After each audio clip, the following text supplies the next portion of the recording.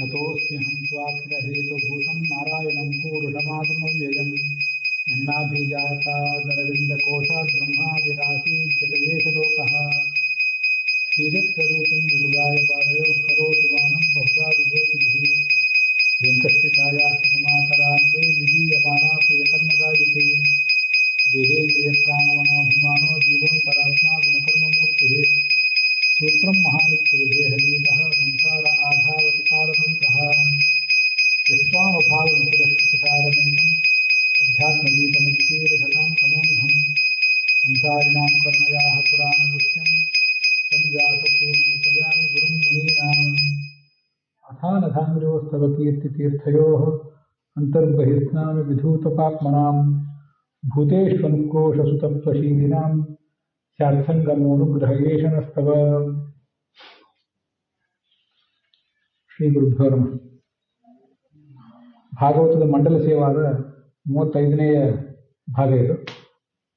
ಅದರಲ್ಲಿ ಇವತ್ತು ನಾವು ಭಾಗವತದ 10ನೇ ಸ್ಕಂದದ 32ನೇ ಅಧ್ಯಾಯದಿಂದ ಆರಂಭಿಸಿ ಕಥೆ ಕೇಳಬೇಕು.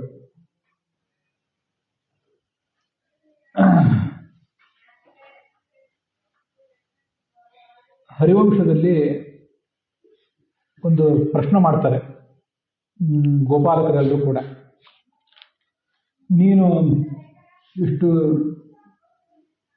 ವಿಚಿತ್ರವಾದ ಲೀಲೆಗಳನ್ನೆಲ್ಲ ತೋರಿಸ್ತಾ ಇದ್ದಿ, ನೀನು ಯಾರು? ಇದನ್ನು ನಮಗೆ ತಿಳಿಯಬೇಕು ಅಂತ ಅಪೇಕ್ಷೆ ಇದೆ. ಕೇನಚಿದ್ಯದಿ ಕಾರಣೇನ ವಸಸೀಹ ಯದೃಚ್ಛಯ ವಯಂ ತವಾನುಗಾ ಸರ್ವೇ ಭವಂತಂ ಶರಣಂ ಗತಾಃ. ನೀನು ಯಾರೋ ದೇವತೆಯ, ದಾನವನೋ, ಯಕ್ಷನೋ, ಗಂಧರ್ವನೋ? ಯಾಕೆ ಗೋಪಾಲಕರ ವೇಷ ತೊಟ್ಟು ನಮ್ಮ ನಡುವೆ ನೀನು ಓಡಾಡ್ತಾ ಇದ್ದಿ?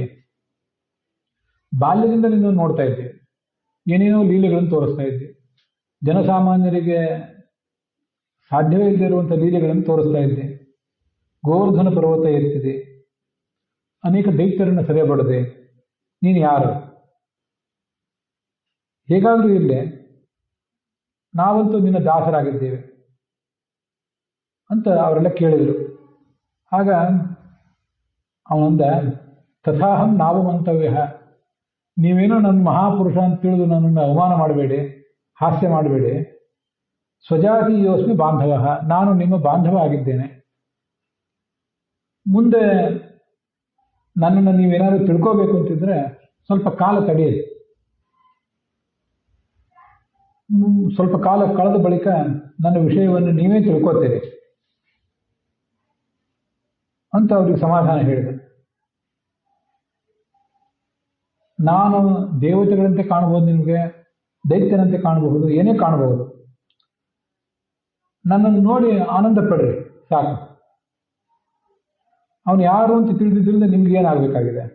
ಪರಿಜ್ಞಾನೇನ ಕಿಂ ಕಾರ್ಯಂ ಯದ್ದೇಶಃ ಅನುಗ್ರಹೋ ಮಮ. ಸದ್ಯ ನೀವು ನನ್ನ ಬಗ್ಗೆ ಹೆಚ್ಚಿನದನ್ನು ತಿಳ್ಕೊಳ್ಳಿಕ್ಕೆ ಪ್ರಯತ್ನ ಪಡಬೇಡಿ.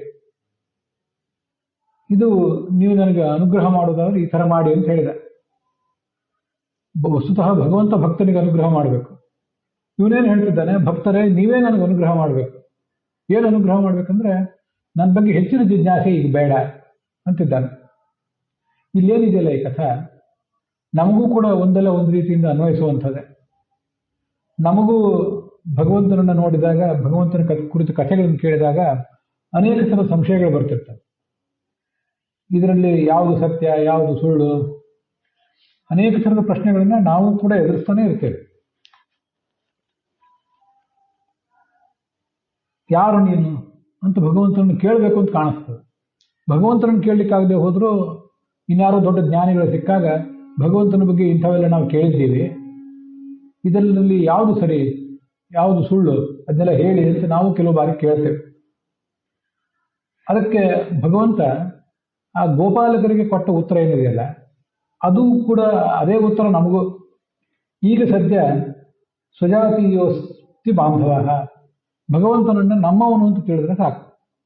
ಅವನ ಬಗ್ಗೆ ಹೆಚ್ಚಿನದನ್ನು ತಿಳಿಯುವ ಕಾಲ ನಮಗೂ ಈಗ ಪಕ್ವ ಆಗಿಲ್ಲ. ಗೋಪಾಲಕರಿಗೆ ಕೃಷ್ಣ ಏನು ಹೇಳಿದ್ನೋ ಅದೇ ಥರ ನಮಗೂ ಸ್ಥಿತಿ. ನಾವೀಗ ಭಗವಂತನ ಬಗ್ಗೆ ಆಳವಾಗಿ ತಿಳಿಯುವ ಪ್ರಯತ್ನ ಪಟ್ಟರೆ ತಿಳಿಲಿಕ್ಕೆ ಆಗಬೇಕಲ್ಲ. ನಮ್ಮ ಶಕ್ತಿ ಇರೋದು ಇಷ್ಟೇ ಇದೆ.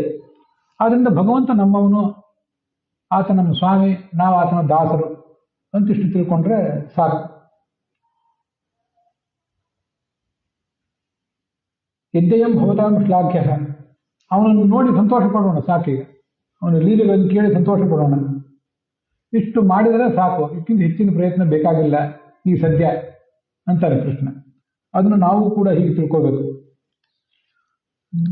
ಈ ಮಾತು ಕೃಷ್ಣ ಹೇಳಿದಾಗ ಆ ಗೋಪಾಲಕರೆಲ್ಲ ಅವ್ನ ಮಾತು ಕೇಳಿದ್ರು, ಕೇಳಿ ಸುಮ್ಮನೆ ಹೊರಟೋಗ್ಬಿಟ್ರು. ಇನ್ನು ಹೆಚ್ಚಿಂದ ಏನು ಕೇಳಬೇಡಿ ಅಂತ ಅವನೇ ಹೇಳಿದ್ದಾನೆ, ಹಾಗಾದ್ರೆ ನಾವೀಗ ಅದನ್ನು ಕೇಳಿ ಏನು ಉಪಯೋಗ ಅಂತ ಅವ್ರು ಆಲೋಚನೆ ಮಾಡಿ ಅಲ್ಲಿಂದ ಹೊರಟೋದ್ರು. ನಾವು ಕಳೆದ ದಿವಸ ಭಗವಂತನ ಆ ರಾಸಲೀಲೆ ಬಗ್ಗೆ ಎಲ್ಲ ವರ್ಣನೆ ಮಾಡಿದ್ದೀವಿ. ನಮಗೆ ಆ ಭಗವಂತ ತೋರಿಸಿದ ಈ ಲೀಲೆಗಳನ್ನೆಲ್ಲ ಕೇಳುವಾಗ ಇನ್ನೊಂದು ವಿಷಯ ನೆನಪಿಗೆ ಬರಬೇಕು. ಅದೇನಂದ್ರೆ 3ನೇ ಸ್ಕಂದದಲ್ಲಿ ಆ ವಿಷಯ ಬರ್ತದೆ. ಗೃಹಮೇಧೇಶು ಯೋಗೇಶು ವಿರಾಗ ಸಮಜಾಯತ ಏವಂ ರಮಮಾಣಸ್ಯ ಸಂವತ್ಸರ ಗಣಾನ್ ಬಹೂನ್ ಅಂತ 3ನೇ ಸ್ಕಂದದಲ್ಲಿ ಕೃಷ್ಣನ ಬಗ್ಗೆ ಉದ್ಧವ ಹೇಳೋ ಮಾತೊಂದಿದೆ. ಇಷ್ಟು ದೀರ್ಘಕಾಲ 16,108 ಜನ ಪತ್ನಿಯರ ಜೊತೆ ಹೀಗೆ ಸಂಸಾರ ಅನುಭವಿಸಿದ, ಮಕ್ಕಳನ್ನು ಪಡೆದ, ಮೊಮ್ಮಕ್ಕಳನ್ನು ಪಡೆದ. ಇದೆಲ್ಲ ಆದಮೇಲೆ ಒಂದ್ಸರಿ ಅವನಿಗೆ ವೈರಾಗ್ಯ ಬಂತು, ಕೃಷ್ಣನಿಗೆ ವೈರಾಗ್ಯ ಬಂತು ಅಂತ ಭಾಗವತ ಹೇಳ್ತದೆ. ಅಲ್ಲೇ ಮುಂದೆ ಮತ್ತೊಂದು ಶ್ಲೋಕ, ದೈವಾಧೀನೇಶು ಕಾಮೇಶು ದೈವಾಧೀನ ಪುಮಾನ್ ಸ್ವಯಂ ಕೋವಿಸ್ರಂಭೇತ ಯೋಗೇನ ಯೋಗೇಶ್ವರಂ ಅನುವೃತಃ. ಕೃಷ್ಣನೇ ವೈರಾಗ್ಯ ಬಂತು ಅಂತ ತೋರಿಕೊಂಡ ಮೇಲೆ ನಿಮ್ಮಂಥವರು ವೈರಾಗ್ಯವನ್ನು ಅವಶ್ಯವಾಗಿ ನಾವು ತಾಳಲೇಬೇಕು. ಕೃಷ್ಣನಿಗೆ ಯಾವುದು ಬಯಸಿದ್ದು ಅಥವಾ ಯಾವುದನ್ನಾದ್ರು ಅವನ ಅಪೇಕ್ಷೆ ಪಟ್ಟರೆ ಈಡೇರದೇ ಇರೋದು ಯಾವುದೂ ಇಲ್ಲ. ಇಡೀ ಜಗತ್ತಿನ ಎಲ್ಲ ಸಂಪತ್ತು ಅವನ ಕಾಲು ಬುಡದಲ್ಲಿದೆ. ಮತ್ತೆ ಅನೇಕ ಜನ ಪತ್ನಿಯರಿದ್ದಾರೆ, ಮಕ್ಕಳಿದ್ದಾರೆ, ಅವನ ಅಪೇಕ್ಷೆಗಳನ್ನು ಈಡೇರಿಸಲಿಕ್ಕೆ ಆಳು ಕಾಳುಗಳಿದ್ದಾರೆ, ಭಕ್ತರೇ ಇದ್ದಾರೆ. ಹೀಗೆಲ್ಲ ಅನುಭವಿಸಿ ಎಷ್ಟು ವರ್ಷ ಕಾಲ ಅನುಭವಿಸಿ 106 ವರ್ಷ ಕಾಲ ಈ ಜಗತ್ತಿನಲ್ಲಿದ್ದ ಕೃಷ್ಣ. ಅವನು ಆಗಿನ ಕಾಲದಲ್ಲಿ ಸ್ವಲ್ಪ ಬೇಗನೆ ಮದುವೆ ಆಗ್ತಿದ್ರಣ. ಸುಮಾರು 20ನೇ ವರ್ಷಕ್ಕೆ ಮದುವೆ ಆಗಿರಬೇಕು ಅಂತ ಕಾಣಿಸ್ತದೆ. 20 ಬಹಳ ಅಂದ್ರೆ 25. ಈ ನೀಲ ಅಂತ ಒಬ್ಳದ್ದು ಮದುವೆ ಆದ್ನಲ್ಲ, ಅದಂತೂ ಇನ್ನೂ ಮುಂಚೆನೆ 10-11ನೇ ವಯಸ್ಸಿಗೆ ಮದುವೆ ಆಗಿರ್ತದೆ. ಉಪನಯನ ಆಗೋದಕ್ಕಿಂತ ಮುಂಚೆ ಮದುವೆ ನನ್ನನ್ನು ಕೃಷ್ಣ ಮದುವೆ ಮಾಡ್ಕೋಬೇಕು ಅಂತ ಅವಳು ವರನೇ ಪಡ್ಕೊಂಡಿದ್ದ.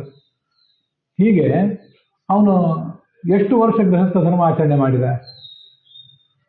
70-80 ವರ್ಷ ಕಾಲ ಸುದೀರ್ಘವಾದ ಗೃಹಸ್ಥ ಧರ್ಮ ಆಚರಣೆ ಮಾಡಿದ. ಕೊನೆಗೆ ವೈರಾಗ್ಯ ಬಂದಂತೆ ತೋರಿಕೊಂಡ. ಭಗವಂತನಿಗೆ ವೈರಾಗ್ಯ ಬರ್ತದಂದ್ರೆ ನಮಗೆ ನಿಮಗೆ ವೈರಾಗ್ಯ ಅವಶ್ಯವಾಗಿ ಬರಲೇಬೇಕು ಅಂತ ಅಲ್ಲಿ ಅದನ್ನು ವ್ಯಾಖ್ಯಾನ ಮಾಡ್ತಾನೆ. ಭಗವಂತನಿಗೆ ವೈರಾಗ್ಯ ಬರದೇ ಹೋದ್ರೂ ತೊಂದರೆ ಏನಿಲ್ಲ. ಯಾಕಂದ್ರೆ ಭಗವಂತ ಏನೋ ಬಹಳ ದೊಡ್ಡ ಸಾಧನೆ ಮಾಡಿ ಇನ್ನು ಮುಂದೆ ಮುಕ್ತಿಯನ್ನು ಪಡಿಬೇಕಾದ್ದೇನಿಲ್ಲ. ಪೂರ್ಣ ಕಾಮ. ಅವನಿಗೆ ಯಾವ್ದಾದ್ರು ಕರ್ಮವನ್ನು ಮಾಡದೆ ಹೋದ್ರೆ ಕೊರತೆಯೂ ಇಲ್ಲ. ಏನಾದ್ರೂ ಹೆಚ್ಚಿನ ಕರ್ಮ ಮಾಡಿದರೆ ಹೆಚ್ಚಿನ ಪುಣ್ಯ ಪ್ರಾಪ್ತಿನೂ ಇಲ್ಲ, ಪಾಪವೂ ಇಲ್ಲ, ಪುಣ್ಯವೂ ಇಲ್ಲ. ಆದರೂ ಕೂಡ ಇನ್ನು ಸಾಕು ಒಂದು ವೈರಾಗ್ಯ ಬಂದಂತೆ ಅವನು ತೋರಿಸ್ತಾನೆ. ಅಂದ್ರೆ ಕೃಷ್ಣನಿಗೆ ವೈರಾಗ್ಯ ಬಂತು ಅಂದ್ರೆ ಹಾಗಾಗಿ ನಮಗೂ ಕೂಡ ವೈರಾಗ್ಯ ಅವಶ್ಯವಾಗಿ ಬರಲೇಬೇಕು. ನಾವೆಲ್ಲರೂ ಸಂಸಾರವನ್ನಂತೂ ಕಟ್ಕೋಬೇಕು, ಅದನ್ನು ಬಿಡುವಂತಿಲ್ಲ. ಸಂಸಾರವನ್ನು ಬಿಟ್ಟರೆ ಕಲಿಯುಗದಲ್ಲಿ ಕ್ಷೇಮ ಇಲ್ಲ. ಗಂಡಿಗೆ ಹೆಣ್ಣು, ಹೆಣ್ಣಿಗೆ ಗಂಡಿನ ಆಸರೆ ಬೇಕೇ ಬೇಕು. ಅದು ಮಾಡಿಕೊಂಡು ಒಂದು ಹಂತದಲ್ಲಿ ಸ್ವಲ್ಪ ವೈರಾಗ್ಯ ತಾಳಬೇಕು. ಬರೇ ಹೆಣ್ಣು ಗಂಡು ಅನ್ನೋ ಸಂಬಂಧದ ಬಗ್ಗೆ ಮಾತ್ರ ಅಲ್ಲ, ಒಟ್ಟಾರೆ ನಮ್ಮ ಸಂಪತ್ತು, ಭೋಗ ಇತ್ಯಾದಿಗಳ ಬಗ್ಗೆ ಒಂದು ಸಂಯಮ ತಾಳಬೇಕು. ಹೀಗೆ ಕೃಷ್ಣ ವೈರಾಗ್ಯ ತಾಳಿದ ಅನ್ನೋದನ್ನ ವರ್ಣನೆ ಮಾಡಿದ್ದಾರೆ. ಅದೊಂದನ್ನ ನಿನ್ನೆ ಹೇಳಿದ್ರಲ್ಲ, ಇವತ್ತು ಹೇಳಿದೆ. ಗೋಪಿ ಗೀತ ಅಂತ ಕೇಳಿದ್ವಲ್ಲ ಕಳೆದ ದಿವಸ. ಅದೊಂದು ಹಾಡು. ಗೀತ ಅಂದ್ರೆ ಹಾಡು. ಭಗವದ್ಗೀತಾ ಅಂತ ಬರ್ತದಲ್ಲ ಮಹಾಭಾರತದಲ್ಲಿ, ಅಲ್ಲೂ ಕೂಡ ಗೀತ ಅಂದ್ರೆ ಹಾಡೇ. ಭಗವಂತ ಹಾಡಿದ ಹಾಡದು. ಈ ಗೋಪಿ ಗೀತ ನಿನ್ನೆ ಬಂದದ್ದು, ಇವತ್ತು ನಾವು ನೋಡುವ ವೇಣುಗೀತ, ಇದರಲ್ಲಿ ಒಂದು ರಾಗ ಇರ್ತದೆ. ಭಗವದ್ಗೀತಾದಲ್ಲಿ ಅಷ್ಟು ಅದ್ಭುತವಾದ ರಾಗ ಇಲ್ಲ. ಅದಕ್ಕೆ ರಾಗವನ್ನು ಸೇರಿಸಿ ಹಾಡಬೇಕಷ್ಟೇ ಯಾರಾದ್ರೂ ಹಾಡೋರಿದ್ರೆ. ಈ ಶ್ಲೋಕಗಳಿಗೆ ಸಹಜವಾದ ರಾಗ ಇದೆ. ಇಲ್ಲಿ ಆ ಗೋಪಸ್ತ್ರೀಯರು ಅವನನ್ನ ನೆನಪು ಮಾಡ್ಕೊಳ್ತಿದ್ರು. ಹಗಲು ಹೊತ್ತು ಎಲ್ಲ ಗೋಪಾಲಕರ ಜೊತೆ ಸೇರಿ ಕಾಡಿಗೆ ಹೋಗ್ತಿದ್ದ. ದನಕರುಗಳನ್ನು ಮೇಯಿಸಬೇಕು ಅಂತ. ಅವನು ಹೋದ್ರೆ ರಾತ್ರಿ ಬರುವ ತನಕ ಸಾಯಂಕಾಲ ಅವನು ಗೋಧೂಳಿ ಲಗ್ನ ಅಂತಾರೆ. ಆ ಗೋಧೂಳಿ ಲಗ್ನ ಅಂದ್ರೆ ಗೋವುಗಳು ಬರ್ತಿರುವಾಗ ಆ ಮಾರ್ಗದಲ್ಲಿ ಧೂಳಿ ಹೇಳ್ತದಲ್ಲ, ಅದೇ ಗೋಧೂಳಿ ಅಂತ ಕರೀತಾರೆ. ಅಂತ ಪ್ರಸಂಗದಲ್ಲಿ ಅವ್ನು ಬರೋ ತನಕ ಅವ್ರು ಅವನನ್ನೇ ನೆನಪು ಮಾಡ್ಕೊಂಡು ಇರ್ತಿದ್ರು. ನೀವು ಕೃಷ್ಣನ ಒಂದು ಪ್ರತಿಮೆ ಅಥವಾ ಚಿತ್ರ ಎಲ್ಲಾದ್ರೂ ನೋಡಿರ್ಬೋದು. ಅದು ಹೇಗಿರ್ತದೆ ಅಂದ್ರೆ, ಕೊಳಲು ಊದ್ತಾ ಇರುವಂತ ಕೃಷ್ಣ. ಈ ಕೊಳಲು ವಾದಕರು ಒಂದ್ ಕಡೆ ಕೂತ್ಕೊಂಡು ಕೊಳಲು ಊದ್ತಿರ್ತಾರೆ, ಒಂದ್ ಕಡೆ ಕೂತ್ಕೊಂಡು ಒಂದೇ ಜಾಗದಲ್ಲಿ ಸ್ಥಿರವಾಗಿದ್ದು ಕೊಳಲು ಊದ್ತಿರ್ತಾರೆ. ಆದ್ರೆ ಕೃಷ್ಣನನ್ನ ತ್ರಿಭಂಗಿ ಅಂತ ಕರೀತಾರೆ. ಕಾಲುಗಳು ನೇರವಾಗಿರೋದಿಲ್ಲ, ಕ್ರಾಸ್ ಆಗಿರ್ತವೆ, ಒಂದು ಕಾಲು ಕ್ರಾಸ್ ಆಗಿರ್ತದೆ. ಆಮೇಲೆ ಸೊಂಟನೂ ಕೂಡ ನೇರವಾಗಿರೋದಿಲ್ಲ, ಒಂದು ಕಡೆ ವಾಲಿರ್ತದೆ ಸೊಂಟ. ಮತ್ತೆ ಮುಖ ಅದು ಕೂಡ ನೇರವಾಗಿರೋದಿಲ್ಲ. ಕೃಷ್ಣನ ಪ್ರತಿಮೆ ನೋಡಿದ್ರೆ ಒಂದು ಕಡೆ ಅದು ಬೆಂಡ್ ಆಗಿರ್ತದೆ, ಮುಖ ಒಂದು ಮಣದಿರ್ತದೆ, ಒಂದ್ ಕಡೆ ವಾಲಿರ್ತದೆ. ಭಂಗ ಅಂದ್ರೆ ವಾಲುವುದು ಅಂತ ಅರ್ಥ. ಮುಖ ಒಂದ್ ಕಡೆ ವಾಲಿರ್ತದೆ, ಸೊಂಟನೂ ವಾಲಿರ್ತದೆ, ಹಾಗೆ ಕಾಲು ವಾಲಿರ್ತದೆ. ಈ ಕಾಲುಗಳು ಕತ್ತರಿ ಆಕಾರದಲ್ಲಿ ಇರ್ತಾವೆ ಒಂದು ಕಾಲುಗಳು. ಇದನ್ನ ತ್ರಿಭಂಗಿ ಅಂತ ಕರೀತಾರೆ. ತ್ರಿಭಂಗಿ ಮಧುರಾಕೃತಿ, ಕೃಷ್ಣ ಕೊಳಲುವುದು ರೀತಿ ಅದು. ಇಲ್ಲೊಂದು ಶ್ಲೋಕ, ವಾಮಬಾಹುಕೃತ ವಾಮಕಪೋಲೋ ವಲ್ಗಿತಬ್ರು ರಧರಾರ್ಪಿತ ವೇಣು ಕೋಮಲಾಂಗುಲಿಭಿ ಆಶ್ರಿತ ಮಾರ್ಗಂ ಗೋಪ್ಯ ಹೀರಯತಿ ಯತ್ರ ಮುಕುಂದ.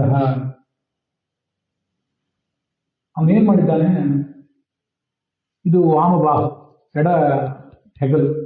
ಈ ಎಡ ಹೆಗಲ ಮೇಲೆ ಎಡ ಕೆನ್ನೆಯನ್ನು ಇಟ್ಟಿದ್ದಾನೆ. ಇದೇ ಮುಖ ವಾಲುವುದು, ಒಂದ್ ಕಡೆ ವಾಲುವುದು. ಮತ್ತೆ ವಲ್ಗಿತಬ್ರು, ಕೊಳಲು ನುಡಿಸುವವರು ಸುಮ್ಮನೆ ನ್ಯೂಸ್ ಓದುವವರಂತೆ ಗಂಭೀರವಾಗಿ ಕೂತಿರೋದಿಲ್ಲ. ಆ ಹಾವ ಭಾವಕ್ಕೆ ತಕ್ಕಂತೆ ಅವ್ರ ಹುಬ್ಬು, ತುಟಿ ಇತ್ಯಾದಿಗಳು ಕೂಡ ನರ್ತನ ಮಾಡ್ತಿರ್ತವೆ. ನಮ್ಗೆ ಗೊತ್ತಿದೆ, ಶಾಸ್ತ್ರೀಯ ಸಂಗೀತ ಹಾಡುವವರಿಗೂ ಅದಿದ್ದೇ ಇರ್ತದೆ. ಅಂತೂ ವಲ್ಗಿತಬ್ರು ಹುಬ್ಬನ್ನು ಕುಣಿಸ್ತಾ ಇದ್ದಾನೆ.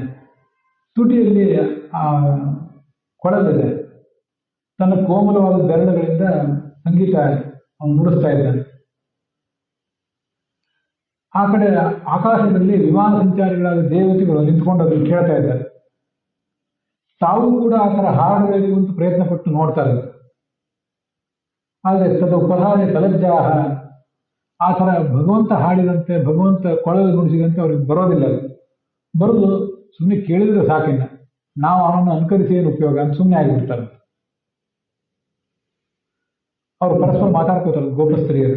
ಇದೊಂದು ಆಶ್ಚರ್ಯ ಕೇಳ್ರಿ. ಅವನ ಎದೆಯ ಮೇಲೆ ಶ್ರೀವತ್ಸನ ಚಿಹ್ನ ಇದೆ, ಅಲ್ಲಿ ಲಕ್ಷ್ಮೀ ದೇವಿಯ ಚಿಹ್ನ ಇರ್ತದೆ. ತಿರುಪತಿ ವೆಂಕಟರಮಣ ಎರಡು ಎದೆಗಳಲ್ಲೂ ಅದಿರ್ತದೆ, ನಾವು ನೋಡಿರ್ತೀವಿ. ಅಲ್ಲಿ ಎರಡು ಇರ್ತದೆ, ಇವನಿಗೆ ಒಂದೇ ಇರ್ತದೆ ಅಷ್ಟೇ. ನಂದಸೂನುರಯ ಮಾರ್ತಜನಾನಾಂ ಧರ್ಮದೋಯದಹಿ ಪೂಜಿತ ವೇಣು. ಇವನು ಕೊಳಲು ನುಡಿಸಿದ್ರೆ ಇಡೀ ಜಗತ್ತಿನ ದುಃಖಿತರಾದ ಜನ ಏನಿದ್ದಾರೆ ಅವರೆಲ್ಲರಿಗೂ ಒಂದು ನೆಮ್ಮದಿ ಕೊಡುವಂಥ ಕೊಳಲಿನ ನಾದ ಅದು.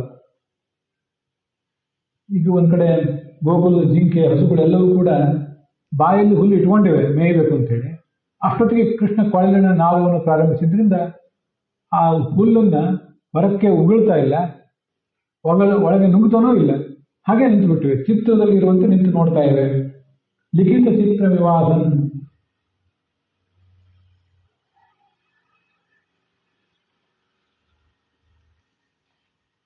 ಲಕ್ಷ್ಮೀದೇವಿಯನ್ನು ಎದೆಯಲ್ಲಿ ಇಟ್ಕೊಂಡಿದ್ದಾನೆ. ಅನೇಕ ದೇವತೆಗಳು ಅವನನ್ನ ಸ್ತೋತ್ರ ಮಾಡ್ತಿದ್ದಾರೆ. ಸಹಬಲ ಸಗವತಂಸ ವಿಲಾಸ ಸಾನುಷು ಕ್ಷಿತಿಭುಜೋ ಕ್ಷಿತಿಭೃತೋ ವ್ರಜದೇವ್ಯ ಆಫಯದ್ಯರಿ ವೇಣು ರಮೇಣ ಜಾತ ಹರ್ಷ ಉಪರಂಭತಿ ವಿಶ್ವಂ. ಕೊಳಲನ್ನು ಧ್ವನಿ ಮಾಡಿ ಕರುಗಳನ್ನು ಕರೀತಾನೆ, ತನ್ನ ಬಳಿಗೆ ಕರೀತಾನೆ, ಆ ಹಸುಗಳನ್ನು ಕರೀತಾನೆ. ಆವಾಗ ಇಡೀ ವಿಶ್ವವೇ ಓಗೊಡುತ್ತದೆ. ಇದಕ್ಕೆಲ್ಲ ಕೆಲವು ಅಂತರಾರ್ಥಗಳಿವೆ. ಭಾಗವತವನ್ನ ಈ ಹಿಂದೆ ಅನೇಕ ಸರಿ ಕೇಳಿದವರು ಕೂಡ ಇದನ್ನು ಬಾರಿ ಗಮನಿಸಬೇಕು. ನನಗೆ ಹೊಳೆದೊಂದು ಅರ್ಥವನ್ನ ಹೇಳ್ತೇನೆ. ಸಂಸ್ಕೃತದಲ್ಲಿ ಗೋ ಅಂದ್ರೆ ಆಕಳು ಅಂತ ಅರ್ಥ, ಹಾಗೆ ಗೋ ಅಂದ್ರೆ ಶಾಸ್ತ್ರ ಅಂತನೂ ಅರ್ಥ. ಗೋ ಅಂದ್ರೆ ವೇದಗಳು, ಮಹಾಭಾರತ, ಭಾಗವತ, ಪುರಾಣಾದಿ ಎಲ್ಲದಕ್ಕೂ ಕೂಡ ಗೋ ಅಂತಾರೆ. ಗೋಬ್ರಾಹ್ಮಣ ರಕ್ಷಕ ಅಂತ ಭಗವಂತನು ಹೇಳ್ತಿರ್ತಾರೆ. ಭಗವಂತ ಗೋವುಗಳನ್ನು ರಕ್ಷಣೆ ಮಾಡ್ತಾನೆ, ಬ್ರಾಹ್ಮಣರನ್ನು ರಕ್ಷಣೆ ಮಾಡ್ತಾನೆ. ಕೆಲವರಿಗೆ ಅದೊಂದು ದೊಡ್ಡ ಹಾಸ್ಯದ ವಸ್ತು. ಅದೇನು ಗೋವುಗಳನ್ನು ಬಿಟ್ಟು ಈ ಜಗತ್ತಿನ ಬೇರೆ ಯಾವ ಪ್ರಾಣಿಗಳಿಲ್ಲೇನೋ, ಎಮ್ಮೆಗಳನ್ನು ಭಗವಂತ ರಕ್ಷಿಸೋದಿಲ್ಲೇನೋ, ಬ್ರಾಹ್ಮಣರನ್ನು ಮಾತ್ರ ರಕ್ಷಿಸ್ತಾನೇನು, ಬೇರೆಯವ್ರನ್ನ ರಕ್ಷಿಸೋದಿಲ್ಲೇನೋ ಅಂತ ಇದೊಂದು ಗೇಲಿಯ ಮಾತು. ಹಾಗಲ್ಲ. ಗೋಬ್ರಾಹ್ಮಣ ಪರಿಪಾಲಕ ಅಂತಂದ್ರೆ, ಗೋಬ್ರಾಹ್ಮಣ ರಕ್ಷಕ ಅಂತಂದ್ರೆ, ನಮೋ ಬ್ರಹ್ಮಣ್ಯ ದೇವಾಯ ಗೋಬ್ರಾಹ್ಮಣ ಹಿತಾಯ ಚ ಜಗದ್ಹಿತಾಯ ಕೃಷ್ಣಾಯ ಗೋವಿಂದಾಯ ನಮೋ ನಮಃ ಅಂತಿರ್ತಾರಲ್ಲ. ಗೋ ಅಂದ್ರೆ ಕೇವಲ ಆಕಳು ಅಂತ ಅರ್ಥ ಅಲ್ಲ. ಆಕಳ ಕಾಯ್ದ ಅಂತ ಅನ್ನೋದೊಂದು ಸಾಮಾನ್ಯ ಸಂಗತಿ. ಗೋ ಅಂದ್ರೆ ಶಾಸ್ತ್ರಗಳನ್ನು ರಕ್ಷಿಸ್ತಾನೆ ಅಂತ ಅರ್ಥ. ಹಾಗೆ ಬ್ರಾಹ್ಮಣ ಅಂತಂದ್ರೆ ಶಾಸ್ತ್ರಗಳನ್ನು ಓದುವ ಆಸಕ್ತಿ ತೋರಿಸುವವನು ಬ್ರಾಹ್ಮಣ. ಕೇವಲ ಬ್ರಾಹ್ಮಣ ಜಾತಿಯಲ್ಲಿ ಹುಟ್ಟಿದವನು ಬ್ರಾಹ್ಮಣ ಅಲ್ಲ. ಬ್ರಾಹ್ಮಣ ಜಾತಿಯಲ್ಲಿ ಹುಟ್ಟದೇ ಇದ್ದವನು ಬ್ರಾಹ್ಮಣ ಅಲ್ಲ ಅಂತನೂ ಅಲ್ಲ. ಯಾರಿಗೆ ಶಾಸ್ತ್ರವನ್ನು ಓದುವ ಆಸಕ್ತಿ ಇದೆ, ಓದುವ ಉತ್ಸಾಹ ಇದೆ, ಆ ಶಾಸ್ತ್ರಗಳನ್ನ ಅದು ಪ್ರವಚನ ಪಾಠದ ರೂಪದಲ್ಲಿ ನಡೆದಾಗ ಅದಕ್ಕೊಂದು ಕೇಳಬೇಕು ಅಂತ ಒಂದಿಷ್ಟು ಸಮಯ ಮಾಡ್ಕೊಂಡು ಕೂತಿರ್ತಾರೆ, ಅವರೆಲ್ಲ ಅಂತರಂಗದಲ್ಲಿ ಬ್ರಾಹ್ಮಣರೇ. ಹೊರಗಿನ ದೃಷ್ಟಿಯಿಂದ ಅವ್ರು ಬ್ರಾಹ್ಮಣರು ಅಲ್ಲದೇ ಇರಬಹುದು, ಅದರ ಒಳಗಿನಿಂದ ಅವರು ಬ್ರಾಹ್ಮಣರೇ. ಆದ್ದರಿಂದ ಒಟ್ಟಾರೆ ಶಾಸ್ತ್ರಗಳನ್ನು ಮತ್ತೆ ಶಾಸ್ತ್ರವನ್ನು ಅರಿಯುವ ಶಕ್ತಿ ಇರುವಂತಹ ಭಕ್ತರನ್ನ ರಕ್ಷಿಸ್ತಾನೆ ಅಂತ ಅರ್ಥ ಆಗುತ್ತೆ. ಇಲ್ಲಿ ಕೊಳಲು ನುಡಿಸಿ ಎಲ್ಲ ಹಸುಗಳನ್ನು ಸಮೀಪಕ್ಕೆ ಕರೀತಾನೆ, ಗೋವುಗಳನ್ನು ಸಮೀಪಕ್ಕೆ ಕರೀತಾನೆ.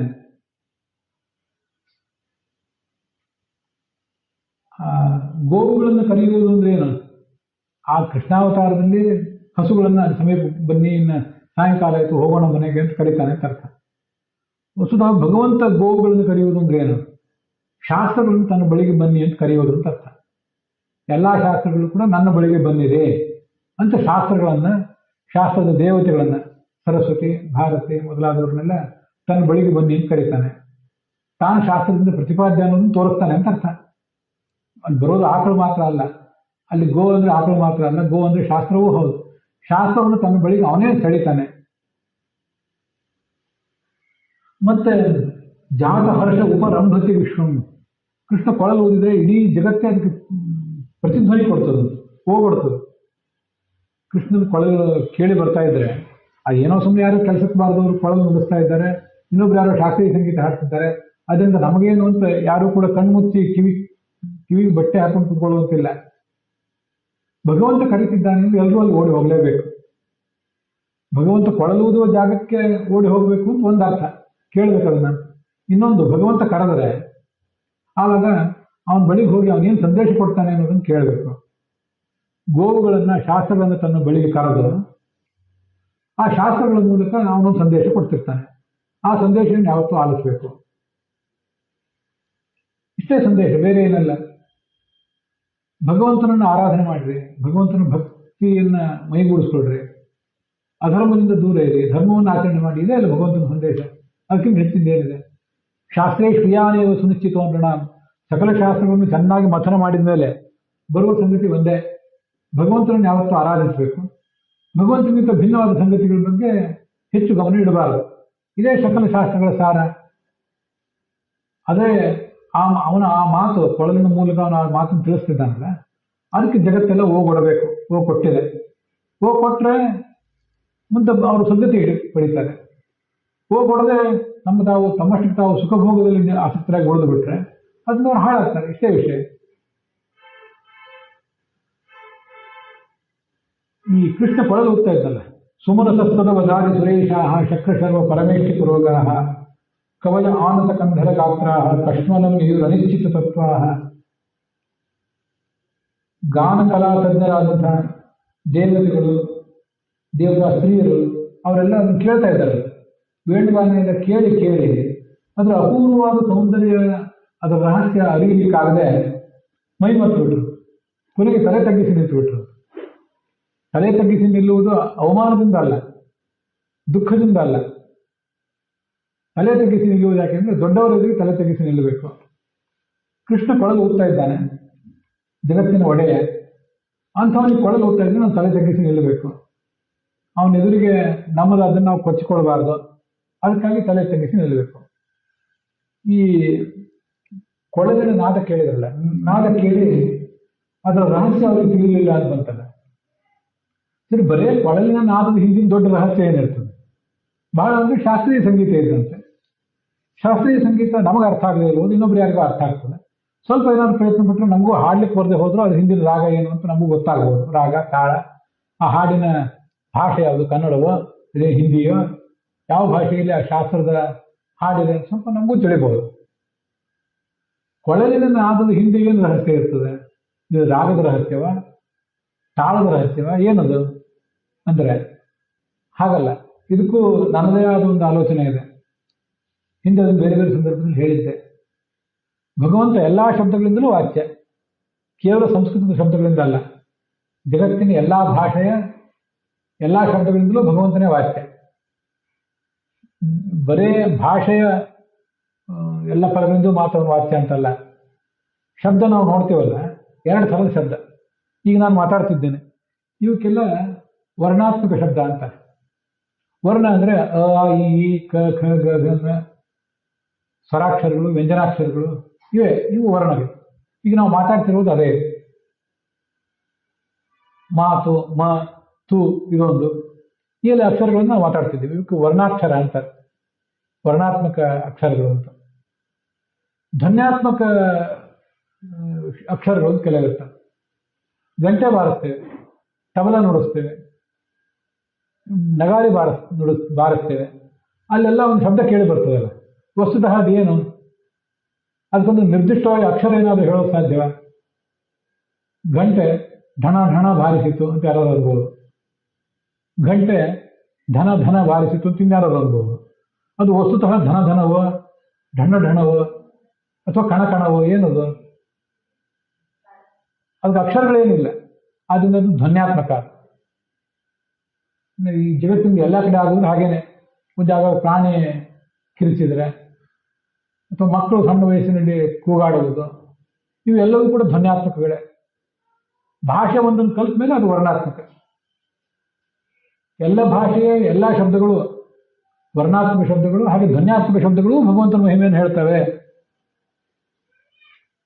ಹಲ್ಲಿ ಲೊಚಗುಟ್ಟದಲ್ಲ, ಹಲ್ಲಿ ಲೊಚಗುಟ್ಟಿದಾಗ ಅದೇನು ಹೇಳ್ತದೆ ಅಂದ್ರೆ ಭಗವಂತ ದೊಡ್ಡವನು ಅಂತ ಹೇಳ್ತದಂತ.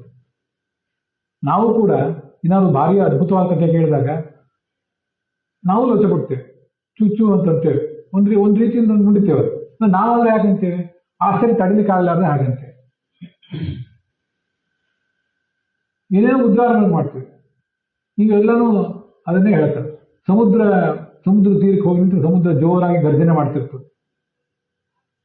ಅದೇನು ಹೇಳ್ತದೆ ಅಂದ್ರೆ ಹುಂಕಾರಿನ ಸಹೈವಾಬ್ಧಿ, ಭಗವಂತನನ್ನು ಯಾರಿಗೂ ಸೋಲಿಸುವುದು ಸಾಧ್ಯ ಇಲ್ಲ, ಭಗವಂತ ಯಾರಿಗೂ ಮಣಿಯದವನು ಅಂತ ಅದು ಹೇಳ್ತಿರ್ತದೆ.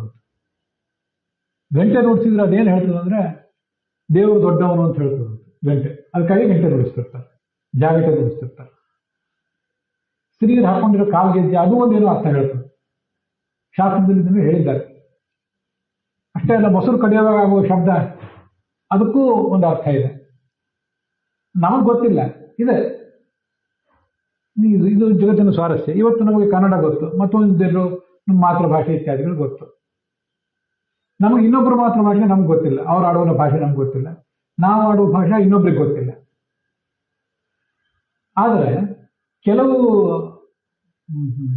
ಬೇಸಿಕ್ ಶಬ್ದಗಳು ಎಲ್ಲ ಭಾಷೆಗಳಿಗೂ ಸಮಾನ ಆಗಿರುತ್ತೆ. ಮಗು ಹತ್ತರೆ ಅದು ಹಸಿವಾಗಿದೆ ಅಂತ ಅರ್ಥ. ನೀವು ಮಾತೃಭಾಷೆ ಯಾವುದಾದ್ರೂ ಇರಲಿ, ಮಗುವಿನ ಭಾಷೆ ಮಾತ್ರ ಅಳುವಿನ ಭಾಷೆ, ಹೌದಾ? ಮಗು ಹತ್ತಾಗ ಅದಕ್ಕೇನೋ ತೊಂದರೆ ಆಗಿದೆ ಅಂತ ತಾಯಿ ಓಡಿ ಬರ್ತಾಳೆ, ಹಾಲು ಕುಡಿಸ್ತಾಳೆ, ಅಥವಾ ಏನಾದರೂ ಕಚ್ಚಿದ್ರೆ ಅದನ್ನು ಸರಿಪಡಿಸ್ತಾಳೆ, ಅದನ್ನ ಆರಾಮಾಗಿ ಇರಿಸ್ಲಿಕ್ಕೆ ಪ್ರಯತ್ನ ಪಡ್ತಾಳೆ. ಇದು ಜಗತ್ತಲ್ಲಿ ನಡೆಯೋದು. ವರ್ಣ ಎಲ್ಲ ಧ್ವನ್ಯಾತ್ಮಕ ಶಬ್ದಗಳಿಗೂ ಅರ್ಥ ಇದ್ದೇ ಇದೆ. ಬಾಗಿಲು ಬಿಡ್ತೀವಿ, ಬಾಗಿಲು ಯಾಕೆ ಬಿಡ್ತೇವೆ? ಬಾಗಿಲು ತೆಗೀರಿ ಅಂತ ಅರ್ಥ ಅದಕ್ಕೆ, ಮತ್ತಿನ್ನೇನಿದೆ? ಎಲ್ಲ ಕಡೆನೂ ಹೀಗೇನೆ. ಮನೆಗೆ ಸ್ವಾಮಿಗಳು ಬರ್ತಾರೆ, ಎಂದೋ ಬರ್ಲಿಕ್ಕೆ ಹೇಳಿದ್ವಿ ಸ್ವಾಮಿಗಳನ್ನ, ಅವ್ರು ಬಹಳ ದಿವಸ ಆದ್ಮೇಲೆ ಬಂದರು. ವಾದ್ಯ ಘೋಷ ಮೂಲಕ ಅವ್ರನ್ನ ಒಳಗೆ ಕರ್ಕೊಂಡ್ಬರ್ತೇವೆ. ಯಾಕೆಂದ್ರೆ ತಾವು ಬಂದದ್ದು ನಮ್ಗೆ ಬಹಳ ಸಂತೋಷ ಆಗಿದೆ, ನಮ್ಮ ಮನೆಗೆ ನಮ್ಮ ಪಾದಗಳು ಬೀಳಲಿ, ಎಷ್ಟೋ ದಿವಸದಿಂದ ಕಾದಿದ್ವಿ ಈ ಕ್ಷಣಕ್ಕಾಗಿ ಅಂತ ವಾದ್ಯಗಳ ಅರ್ಥ. ಮತ್ತಿಲ್ಲದೆ ಇನ್ನೇನಿದೆ? ಹಾಗೆ ನೋಡಿದ್ರೆ ನನಗನ್ನಿಸೋದು, ನಾವು ಆಡುವ ಮಾತಿಗಿಂತ, ಅದು ಕನ್ನಡ ಇರಲಿ, ಸಂಸ್ಕೃತ ಇರಲಿ, ಇಂಗ್ಲಿಷ್ ಇರಲಿ, ಹಿಂದಿ ಇರಲಿ, ಮತ್ತು ಯಾವುದೇ ಭಾಷೆ ಇರಲಿ, ಆಡುವ ಮಾತುಗಳಿಗಿಂತ, ವರ್ಣಾತ್ಮಕವಾದ ಶಬ್ದಗಳಿಗಿಂತ ಧ್ವನ್ಯಾತ್ಮಕವಾದ ಶಬ್ದಗಳು ಹೆಚ್ಚಿನ ಅದ್ಭುತ ಅರ್ಥವನ್ನು ಹೇಳ್ತಾರೆ ಅಂತ ನನಗನ್ಸು. ಇದು ನಮಗೆಲ್ಲರಿಗೂ ಗೊತ್ತಿದ್ದೇ ಇದೆ. ಹೆಂಡತಿ ಒಳಗಿರ್ತಾಳೆ, ಗಂಡ ಹೊರಗೆ ಕೂತಿರ್ತಾನೆ. ಒಬ್ಬೊಬ್ಬರು ಒಂದೊಂದು ರೀತಿ ಗಂಡನ ಕರೆಯೋ ರೂಢಿ ಇಟ್ಕೊಂಡಿರ್ತಾರೆ. ಕೆಲವರು ಕರೀತಾರೆ, ಬಾಯಿ ಬಿಟ್ಟು ಕರೀತಾರೆ, ಕೆಲವರು ಅಲ್ಲೇ ನಿಂತು ಬಳೆ ಶಬ್ದ ಮಾಡ್ತಾರೆ, ಏನೋ ಅಥವಾ ಕಾಲಿಗೆದ್ದಿ ಶಬ್ದ ಮಾಡ್ತಾರೆ, ಒಂದೆರಡು ಸರಿ ಬಡಿತಾರೆ, ಏನೋ ಮಾಡಿ ಗಂಡನಿಗೊಂದು ಸೂಚನೆ ಕೊಡ್ತಾರೆ. ಗಂಡ ಹೆಂಡಂದಿರ ಪ್ರಿಯಕರ ಪ್ರೇಯಸಿಯರ ಪ್ರೇಮ ಇನ್ನೂ ಹೊಸದಾಗಿದ್ದರೆ ಆವಾಗ ಆ ಸಂಕೇತಗಳಿಗೆ ಅರ್ಥ ಹೆಚ್ಚಿರ್ತದೆ. ಅದು ಧ್ವನ್ಯಾತ್ಮಕ ಶಬ್ದಗಳಿಗೆ ಅರ್ಥ ಇದೆ, ಹುಬ್ಬಿನ ಕುಣಿತಕ್ಕೆ ಅರ್ಥ ಇರ್ತದೆ, ತುಟಿ ಸ್ವಲ್ಪ ಕೊಂಕಿದ್ರೆ ಅದಕ್ಕೂ ಅರ್ಥ ಇರ್ತದೆ, ಎಲ್ಲದಕ್ಕೂ ಅರ್ಥ ಇದ್ದೇ ಇರ್ತದೆ. ಬರೇ ಭಾಷೆ ಮೂಲಕ ಎಲ್ಲರೂ ಮಾತಾಡಲ್ಲ. ಭಾಷೆಗೂ ಮೀರಿದ ಭಾವನೆಗಳು ಎಲ್ಲಾ ಭಾಷೆಗಳಿಗೂ ಸಮಾನವಾಗಿ ಕೆಲವು ಕಡೆ ಇದ್ದೇ ಇದೆ. ಹಾಗೆ ಈ ಕೊಳಲಿನ ನಾದ ಅನ್ನೋದೇನಿದೆಯಲ್ಲ, ಇದು ವರ್ಣಾತ್ಮಕ ಶಬ್ದ ಅಲ್ಲ, ಇದು ಧ್ವನ್ಯಾತ್ಮಕ ಶಬ್ದ ಇದೆ. ಆದ್ರೆ ಇದ್ರ ಮೂಲಕ ಭಗವಂತ ಏನು ತಿಳಿಸ್ತಿದ್ದಾನೆ? ಮಹಿಮೆಯನ್ನೇ ತಿಳಿಸ್ತಾನೆ, ಭಗವಂತನ ಮಹಿಮೆಯನ್ನೇ ತಿಳಿಸ್ತಾನೆ ಅಷ್ಟೇ. ನಾವು ಕೊಳಲು ಓದಿದ್ರೆ, ತಬಲಾ ನುಡಿಸಿದ್ರೆ, ಮೃದಂಗ ನುಡಿಸಿದ್ರೆ, ವೀಣೆ ನುಡಿಸಿದ್ರೆ ಅಲ್ಲೆಲ್ಲ ಕಡೆಯೂ ಭಗವಂತನ ಗುಣಗಾನವೇ ನಡೆಯೋದು. ಆದ್ರೆ ಸ್ವಯಂ ಭಗವಂತನೇ ನುಡಿಸಿದ್ರೆ ಅದು ಆಗೋದು ಭಗವಂತನ ಗುಣಗಾನವೇ. ಆದ್ರೆ ಇದು ಪೂರ್ಣವಾಗಿ ಅರ್ಥ ಆಗ್ತದೆ ಯಾವ್ದಾದ್ರು ದೇವತೆಗೆ? ಪೂರ್ಣವಾಗಿ ಯಾರಿಗೂ ಅರ್ಥ ಆಗೋದಿಲ್ಲ. ಭಗವಂತನ ಮಹಿಮೆ ಅನ್ನೋದು ಜಗತ್ತಿನ ಯಾವ ದೊಡ್ಡ ಶಕ್ತಿಗಾದ್ರೂ, ಯಾವ ದೊಡ್ಡ ವಿದ್ವಾಂಸನಿಗಾದ್ರೂ ಪೂರ್ಣವಾಗಿ ಅರ್ಥ ಆಗಿದೆಯಾ? ಅರ್ಥ ಆಗಿಲ್ಲ. ಅವನ ಮಹಿಮೆ ಎಲ್ಲವನ್ನೂ ಮೀರಿದ್ದು. ಅಂದ ಮೇಲೆ ಕೃಷ್ಣ ಕೊಳಲುವುದುವ ಮೂಲಕ, ಧ್ವನ್ಯಾತ್ಮಕ ಶಬ್ದಗಳನ್ನ ನುಡಿಸುವ ಮೂಲಕ ತನ್ನ ಮಹಿಮೆಯನ್ನು ಜಗತ್ತಿಗೆ ಪ್ರಚುರಪಡಿಸ್ತಾ ಇದ್ದಾನಲ್ಲ, ಅದನ್ನ ನೋಡಿ ಅವರಿಗೆ ಆಶ್ಚರ್ಯ ಅನಿಸುತ್ತೆ. ಮತ್ತೆ ಆ ಭಗವಂತನ ಮಹಿಮೆಯನ್ನು ಪೂರ್ಣವಾಗಿ ನಮ್ಗೆ ಅರಿಯಲಿಕ್ಕಾಗೋದಿಲ್ಲ, ನಾವು ಆತನ ಎದುರಿಗೆ ಸಣ್ಣವರು ಅಂತ ಅವರು ತಲೆ ತಗ್ಗಿಸಿ ನಿಂತರು. ಈ ತಲೆ ತಗ್ಗಿಸಿ ನಿಲ್ಲಕ್ಕೆ ಇದು ಕಾರಣ. ಬರೇ ರಾಗತಾಳದ ಬಗ್ಗೆ ಅವರು ತಲೆ ತಗ್ಗಿಸಿ ನಿಲ್ಲಬೇಕಾದ ಕಾರಣ ಏನಿರಲಿಲ್ಲ. ಇದು ಭಗವಂತನ ಮಹಿಮೆಯಲ್ಲಿ ನಾವು ಸಣ್ಣವರು ಅನ್ನೋ ಕಾರಣಕ್ಕಾಗಿ ಅವರು ತಲೆ ತಗ್ಗಿಸಿ ನಿಂತರಷ್ಟೇ. ಯದುಪತಿ ದುರದರಾಜ ವಿಹಾರೋ ಯಾಮಿನಿ ಪತಿ ವೈಷದಿನಾಂತೆ ಮುದಿತ ವಕ್ತ್ರಮುಪಯಾತಿ ದುರಂತಂ ಮೋಜೈನ ಭುಜಗಮಾಂ ದಿನತಾಪಂ. ಅವನು ಸಾಯಂಕಾಲ ಹೊತ್ತು ಮರಳಿ ಬರ್ತಾನೆ. ಚಂದ್ರ ಬಂದಾಗ ಹಗಲಿನ ಸೆಕೆ ಬೇಗ ಎಲ್ಲ ಹೋಗ್ತದೆ, ತಂಪಾಗಿರ್ತದೆ. ಹಾಗೆ ಈ ಕೃಷ್ಣ ಚಂದ್ರ ಬಂದ್ರೆ ನಮಗೆಲ್ಲ ಭಾರಿ ಆನಂದ ಆಗ್ತದೆ. ಬದರ ಪಾಂಡುವದನೋ ಮೃದುಗಂಡಂ. ಬದರ ಅಂದ್ರೆ ಚಂದ್ರ ಅಂತ. ಚಂದ್ರನಂತೆ ಬೆಳ್ಳಗಿನ ಶುಭ್ರವಾದ ಕಾಂತಿಯ ಮುಖ. ಅವನು ಕಾಡಿನಿಂದ ಬರ್ತಿದ್ದಾನೆ. ಹೀಗೆ ಅವರು ಪರಸ್ಪರ ಮಾತಾಡ್ಕೊಂಡು ಇದನ್ನು ವೇಣುಗೀತ ಅಂತ, ಅದರಲ್ಲಿ ಒಂದೆರಡು ಶ್ಲೋಕಗಳನ್ನು ಹೇಳಿದೆ. ಹಾಗೆ ಶಾಸ್ತ್ರೀಯ ಸಂಗೀತಗಳನ್ನು ಹೇಳಿದೆ. ಅದಕ್ಕಾಗಿಯೇ ಯಾವಾಗಾದ್ರೂ ದಿವಸಕ್ಕೆ ಒಂದು ಸ್ವಲ್ಪ ಹೊತ್ತು, ತಿಂಗಳಿಗಾದ್ರೂ ಸ್ವಲ್ಪ ಎಲ್ಲಿಯಾದ್ರೂ ಪ್ರಕೃತಿಯ ಮಡಿಲಿಗೆ ಹೋಗ್ಬೇಕು. ಇಲ್ಲೆಲ್ಲ ಕೃತಕವಾದ ಶಬ್ದಗಳನ್ನೇ ಕೇಳಿ, ಅದೇ ಕನ್ನಡ, ಅದೇ ಭಾಷೆ, ಯಾವುದಾದ್ರು ಸಂಸ್ಕೃತ ಓದಿದ್ರು, ಇಂಗ್ಲೀಷೇ ಓದಿದ್ರು, ಹಿಂದಿಯನ್ನೇ ನೋಡಿದ್ರು, ಅದೇ ಭಾಷೆ, ಅದೇ ಶಬ್ದಗಳು. ಅದರಲ್ಲಿ ಒಂದು ನವೀನತೆ ಏನೂ ಇರೋದಿಲ್ಲ. ಈ ಎಲ್ಲ ಭಾಷೆಗಳ ವ್ಯಾಪ್ತಿಗೆ ಮೀರಿದ ಅರ್ಥಗಳನ್ನು ನಿಸರ್ಗ ಹೇಳ್ತಿರ್ತದೆ. ಅದಕ್ಕೆ ನಿಸರ್ಗದ ಮಡಿಲಲ್ಲಿ ಕೂತ್ಕೊಂಡು ಹಕ್ಕಿಗಳ ಇಂಚರ ಕೇಳಬೇಕು, ಮೋಡಗಳ ಗುಡುಗಿನ ಶಬ್ದ ಕೇಳಬೇಕು, ಮಳೆ ತುಂತು ಹನಿಗಳ ಶಬ್ದ ಕೇಳಬೇಕು, ನದಿ ಜುಳು ಹರಿಯುವ ಆ ಶಬ್ದ ಕೇಳಬೇಕು. ಇದನ್ನೆಲ್ಲ ಕೇಳಿ ಆ ಶಬ್ದ ಅದೆಲ್ಲರಿಂದ ಭಗವಂತ ಹೇಗೆ ವಾಚ್ಯ? ಪ್ರಕೃತಿ ಅಂದರೆ ಲಕ್ಷ್ಮೀದೇವಿ. ಅವಳು ಆ ವಿಭಿನ್ನ ನಾದಗಳನ್ನು ಹೊರಡಿಸುವ ಮೂಲಕ ಭಗವಂತನ ಹೇಗೆ ಸ್ತುತಿಸ್ತಾ ಇದ್ದಾಳೆ ಅಂತ ನಾವು ಕೂಡ ತಿಳ್ಕೊಳ್ಳೋ ಪ್ರಯತ್ನ ಪಡಬೇಕು. ಅದು ಹೆಚ್ಚಿನ ಸಾಧನೆ. ನಿಸರ್ಗದ ಮಡಿಲಿಗೆ ಹೋಗ್ರಿ ಅಂತ ಹೇಳ್ತಿರ್ತಾರೆ. ಮನೆಯಲ್ಲಿ ಕೂತು ಸಂಧ್ಯಾ ವಂದನೆ ದೇವರ ಪೂಜೆ ಮಾಡೋದಕ್ಕಿಂತ ಯಾವಾಗಾದ್ರೂ ಒಂದ್ಸರಿ ನದಿ ತೀರ, ಸಮುದ್ರ ತೀರದ ಕೂತ್ಕೊಳ್ಳೋದಕ್ಕೆ ಇದೇ ಅರ್ಥ.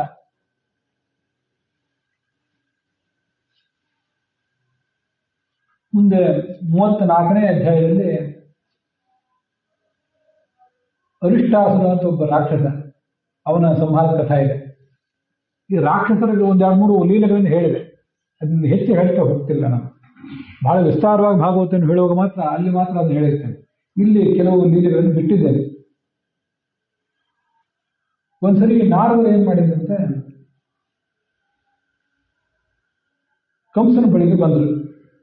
ನಾರದೋ ದೇವದರ್ಶನ, ಭಗವಂತನ ಆಲೋಚನೆ ಏನು ಅನ್ನೋದನ್ನ ಇವರೇ ತಿಳಿದಿರ್ತಾರೆ. ನಾರದ ಮೊದಲು ಗೊತ್ತೇ ಇರ್ತದೆ ಅವ್ರಿಗೆ. ದೇವ ಅಂದ್ರೆ ಭಗವಂತ, ಅವನ ಆಲೋಚನೆ ಎಲ್ಲ ಇವ್ರಿಗೆ ಗೊತ್ತಿರ್ತದೆ. ನೀನು ಆ ಒಂದು ಹೆಣ್ಣು ಮಗುವನ್ನು ಕೊಲ್ಲಿಕ್ಕೆ ಹೋಗಿದ್ಯಲ್ಲ, ದೇವಕಿಯ ಮಗು ಅಂತ, ಅದೇನು ದೇವಕಿ ಮಗು ಅಂತ ತಿಳ್ಕೊಂಡಿದ್ದೆ, ಹುಚ್ಚ ನೀನು. ಇದು ಯಾರ ಮಗು ಅಂದ್ರೆ ಅದು ಯಶೋದೆಯ ಮಗು.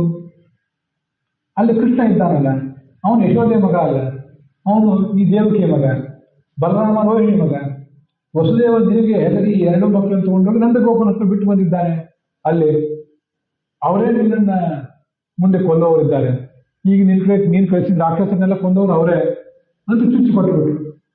ಕೂಡಲೇ ಖಡ್ಗ ತಗೊಂಡು ವಸುದೇವರನ್ನು ಕೊಂದೇ ಬಿಡಬೇಕು ಅಂತ ಹೋದ. ನಾನು ಕಡೆ ನಿಲ್ಲಿಸಿದರು. ಈ ವಸುದೇವ ದೇವಕಿದ್ರು ಬಹಳ ನೀಚರು ಅಂತ ಆಲೋಚನೆ ಮಾಡಿ ಅವರಿಬ್ಬರನ್ನು ಕಬ್ಬಿಣದ ಸಂಕೋಲೆ ಹಾಕಿ, ಕಬ್ಬಿಣದ ಬೇಡಿ ಹಾಕಿ ಅವರು ಕೂಡಿಸಿಬಿಟ್ಟ. ಮುಂದೆ ಎಲ್ಲಾ ಮಂತ್ರಿಗಳನ್ನು ಕರೆದ, ತನಗೆ ಆಪ್ತರಾದವರೆಲ್ಲ. ರಾಮಕೃಷ್ಣರು ನನಗೆ ಮೃತ್ಯು ಅಂತ ದುರ್ಗಾದೇವಿನೂ ಹೇಳಿದ್ದಾಳೆ. ಆದ್ರಿಂದ ಅವರಿಬ್ಬರನ್ನು ಕೊಲ್ಲೋ ಪ್ರಯತ್ನ ಮಾಡೋಣ, ಅವರನ್ನು ಇಲ್ಲಿ ಕರೆಸೋಣ, ಮಥುರಾ ನಗರಕ್ಕೆ ಅವ್ರನ್ನ ಕರೆಸೋಣ. ಇಲ್ಲೊಂದು ಕುವಲಯ ಪೀಠ ಅಂತ ಆನೆ ಇದೆ, ಆ ಆನೆ ಮೊದಲು ಕೃಷ್ಣನನ್ನು ಎದುರಿಸಲಿ ಅಂತ ಹೀಗೆಲ್ಲ ಅದಕ್ಕೆ ಬೇಕಾದ ಯಾರ್ಯಾರಿಗೆ ಏನೇನು ನಿದರ್ಶನ ಕೊಡ್ಬೇಕಾಗಿತ್ತು ಅವ್ರಿಗೆ ಕೊಟ್ಟು ಅದರಂತೆ ಇನ್ನ ಅವನು ಕರೆಸ್ಬೇಕಲ್ಲ ಅಲ್ಲಿಂದ ಕೃಷ್ಣನನ್ನ. ಈಗ ಅವನು ಬೃಂದಾವನದಲ್ಲಿದ್ದಾನೆ, ಅಲ್ಲಿಂದ ಕರೆಸೋ ಪ್ರಯತ್ನ ಮಾಡಬೇಕು. ಅದಕ್ಕೆ ಅವನು ಅಕ್ರೂರನನ್ನ ಕರೆದ. ನಾನು ಆ ಗೋಪಾಲ ಇಬ್ರು ರಾಮಕೃಷ್ಣನನ್ನು ಕೊಂದು ಬಿಡ್ತೇನೆ, ಇದನ್ನ ಎಲ್ಲ ಯಾದವರು ನೋಡ್ಲಿ, ನನ್ನ ಊರಿಗೆ ಅವ್ರು ಬರಲಿ, ಎಲ್ಲ ದೇಶದ ವಾಸಿಗಳನ್ನೆಲ್ಲ ಕರೆಯಲಿ, ಆ ಆನೆ ಮಾವುತ ಅವರು ಕೂಡ ಅಲ್ಲಿ ನಿಲ್ಲಿ, ದ್ವಾರದಲ್ಲೇ ನಿಲ್ಲಿ. ಧನುರ್ಯಜ್ಞ ಅಂತ ದೊಡ್ಡದೊಂದು ಯಜ್ಞ, ಆ ಯಜ್ಞ ನಡೆಯಲಿ, ಬಿಲ್ಲಿನ ಹಬ್ಬ ಅದು. ಇಷ್ಟೆಲ್ಲ ಆಜ್ಞೆ ಮಾಡಿದ ಮೇಲೆ ಅಕ್ರೂರನನ್ನು ಕರೆಸ್ಕೊಂಡ. ಅವನಿಗೆ ಹೇಳಿದರು, ನೀನು ಬಹಳ ನನಗೆ ಆಗ್ತಾನೆ, ಎಂಥ ಕೆಲಸವನ್ನಾದ್ರೂ ನೀನು ಮಾಡ್ತೀನಿ, ನಂದಗೋಪುರಕ್ಕೆ ಹೋಗು, ಅಲ್ಲಿ ವಸುದೇವನ ಮಕ್ಕಳಿದ್ದಾರೆ, ರಥ ತಗೊಂಡು ಹೋಗು, ಅವ್ರನ್ನ ಬೇಗ ಕರ್ಕೊಂಡು ಬಾ. ದೇವತೆಗಳು ಈ ಮಕ್ಕಳಿಂದ ನನಗೆ ಮೃತ್ಯು ಅಂತ ಹೇಳಿದ್ದಾರೆ, ಅವ್ರನ್ನ ಕರ್ಕೊಂಡು ಬಾ, ನಂದಗೋಪ ಮೊದಲಾದವ್ರನ್ನು ಕರ್ಕೊಂಡು ಬಾ. ಅವರನ್ನು ನೀನು ಕರ್ಕೊಂಡು ಬಂದ್ರೆ ನಾನು ಅವರಿಬ್ಬರನ್ನು ಸಂಹರಿಸ್ತೇನೆ, ಅವ್ರನ್ನ ನಾನು ಬಿಡೋದಿಲ್ಲ. ಅವ್ರೇನಾದ್ರೂ ತಪ್ಪಿಸ್ಕೊಂಡ್ರೆ ಈ ಜಟ್ಟಿಗಳಿದ್ದಾರಲ್ಲ, ಚಾಣೂರ ಮುಷ್ಟಿಕ, ಅವರಾರು ಕೊಲ್ತಾರೆ, ಅದರಿಂದ ನಾನೂ ಕೊಲ್ತೇನೆ, ಕರ್ಕೊಂಡು ಬಾ. ಆವಾಗ ನನಗೆ ಭೂಮಿ ನಿಷ್ಕಂಟಕ ಆಗ್ತದೆ, ರಾಮಕೃಷ್ಣರಿಬ್ಬರನ್ನು ಕೊಂದು ನನ್ನ ಕೆಲಸ ಈಡೇರಿಸ್ಕೋತೇನೆ. ಅವಾಗ ಅಕ್ರೂರ ಹೇಳಿದ, ಆಯ್ತು, ನಿನ್ನ ಮೃತ್ಯುವನ್ನು ತಪ್ಪಿಸ್ಕೊಳ್ಳಿಕ್ಕೆ ನೀನೇನೋ ಆಲೋಚನೆ ಮಾಡಿದ್ದೆ, ಫಲ ಸಿಗುವುದು ದೈವಾಧೀನ, ಏನಾಗ್ತದೆ ಮಾಡೋಣ. ಮನೋರಥಾನ್ ಕರೋತ್ಯುಚ್ಚೈ ಜನೋ ದೈವಹತಾನಪಿ ಯುಜ್ಯಂತೆ ಹರ್ಷಶೋಕಾಭ್ಯಾಂ ಅಥಾಪ್ಯಾಜ್ಞಾಂ ಕರೋಮಿತೆ. ಜನ, ನಿನ್ನಂಥ ಜನರು, ಅದರಲ್ಲೂ ರಾಜಕಾರಣಿಗಳು, ಅಧಿಕಾರಸ್ಥರು, ಏನೇನೋ ಆಸೆಗಳನ್ನ ಇಟ್ಕೋತಾರೆ. ಎಲ್ರಿಗೂ ಅಧಿಕಾರದ ತುದಿಗೆ ಏರುವ ಆಸೆ. ಆದರೆ ದೈವ ಅದನ್ನೆಲ್ಲ ಕೆಲವು ಬಾರಿ ನಡೆಸ್ತದೆ, ಕೆಲವು ಬಾರಿ ಇಲ್ಲ. ನಮ್ಮ ಎಲ್ಲ ಆಸೆಗಳನ್ನು ದೈವ ಏನಾದರೂ ಈಡೇರಿಸ್ತದ? ಇಲ್ಲ. ದುಃಖ ಆಗ್ಬೋದು, ಸಂತೋಷನೂ ಆಗ್ಬೋದು, ನೀನು ಹೇಳಿದಂತೆ ನಾನು ಮಾಡ್ತೇನೆ ಅಂತ ಹೇಳಿ ಹೊರಟೋದ ಅಕ್ರೂರ.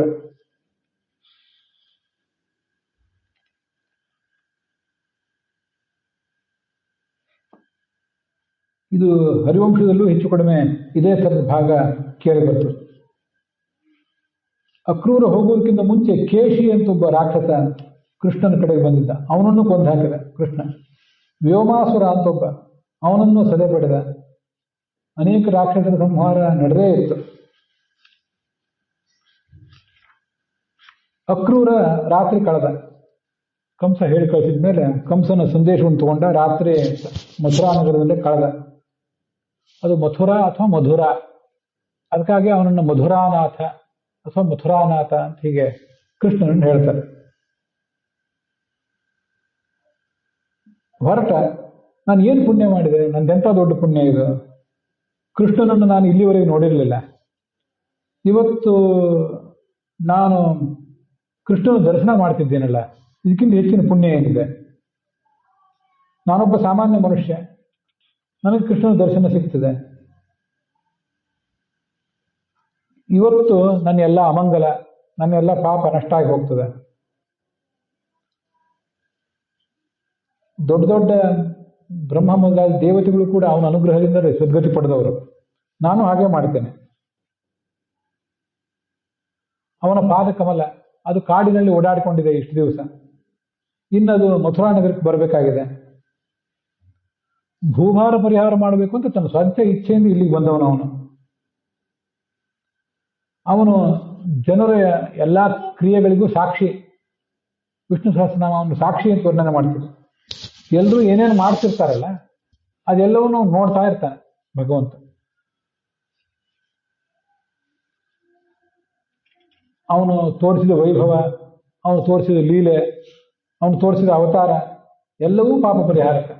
ಸ್ವಲ್ಪ ಅದನ್ನು ನೆನೆಸ್ಕೊಂಡ್ರು, ಅದನ್ನು ಕೊಂಡಾಡಿದ್ರು ಅದು ನಮಗೆಲ್ರಿಗೂ ಉದ್ಧಾರದ ಮಾರ್ಗವನ್ನೇ ತೆರೀತದೆ.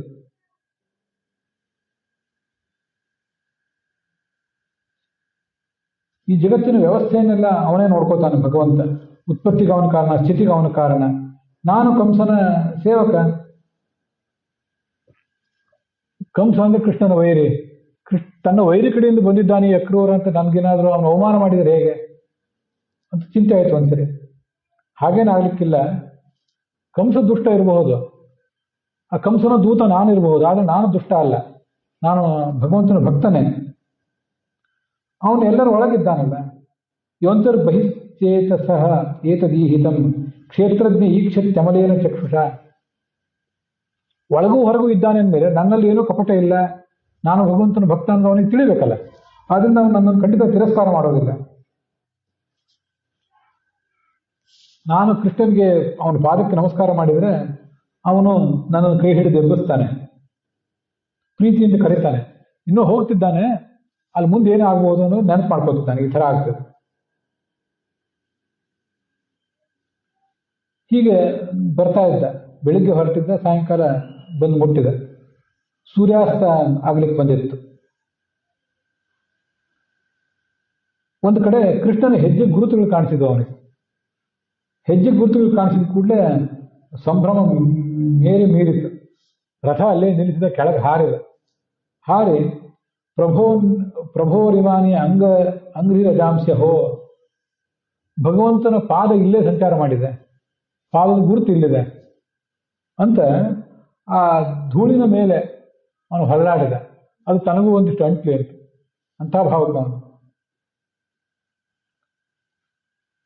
ಮುಂದೆ ಬಂದ, ಅಲ್ಲಿ ಒಳಗೆ ಹೋದ. ಮುಂದೆ ವೃಂದಾವನಕ್ಕೆ ಬಂದಿದ್ದ. 10 ವಯಸ್ಸಾಗಿದೆ, ಸ್ವಲ್ಪ ಹೆಚ್ಚು ಕಡಿಮೆ 10-11 ವಯಸ್ಸಾಗಿದೆ. ಒಬ್ಬ ಕೃಷ್ಣ ಹಳದಿ ಬಣ್ಣದ ಪೀತಾಂಬರ ಹುಟ್ಟಿದ್ದಾನೆ, ಬಲರಾಮ ನೀಲಾಂಬರ ಹುಟ್ಟಿದ್ದಾನೆ.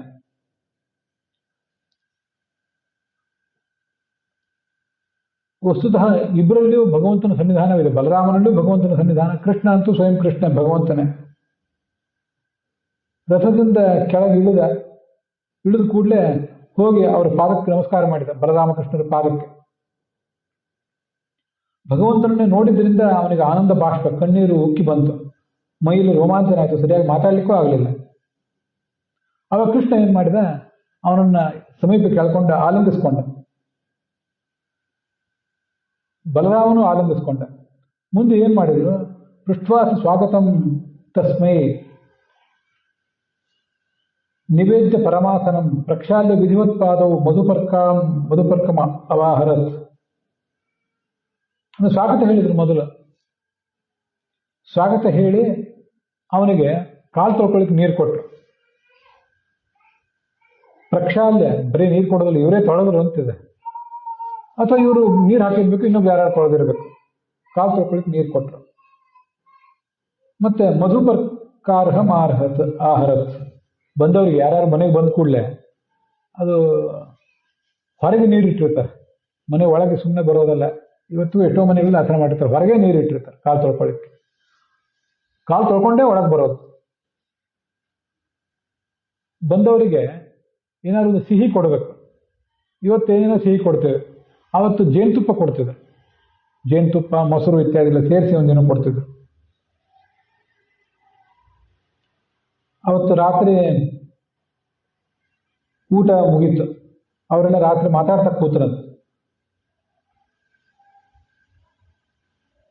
ಕೃಷ್ಣ ಸಿಕ್ಕ ಮೇಲೆ ಈ ಅಕ್ರೂರನಿಗೆ ತನಗೆ ಏನು ಸಿಗಬೇಕಾಗಿತ್ತೋ ಇಲ್ಲಿವರೆಗೆ ಅದೆಲ್ಲ ಸಿಕ್ಕಂತೆ ಆಯಿತು.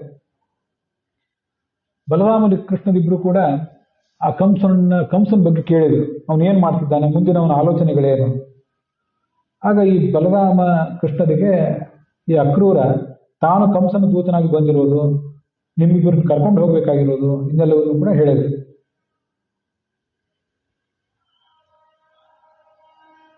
ಅವರಿಬ್ಬರು ಕೃಷ್ಣ ಬಲರಾಮರಿಬ್ಬರು ನಕ್ರು. ತಂದೆ ನಂದಗೋಪನನ್ನು ಕರೆಸಿದ್ರು. ಕಂಸನ ಆದೇಶ ಹೀಗಿದೆ, ಹೋಗೋಣ ನಡೆಯಿರಿ.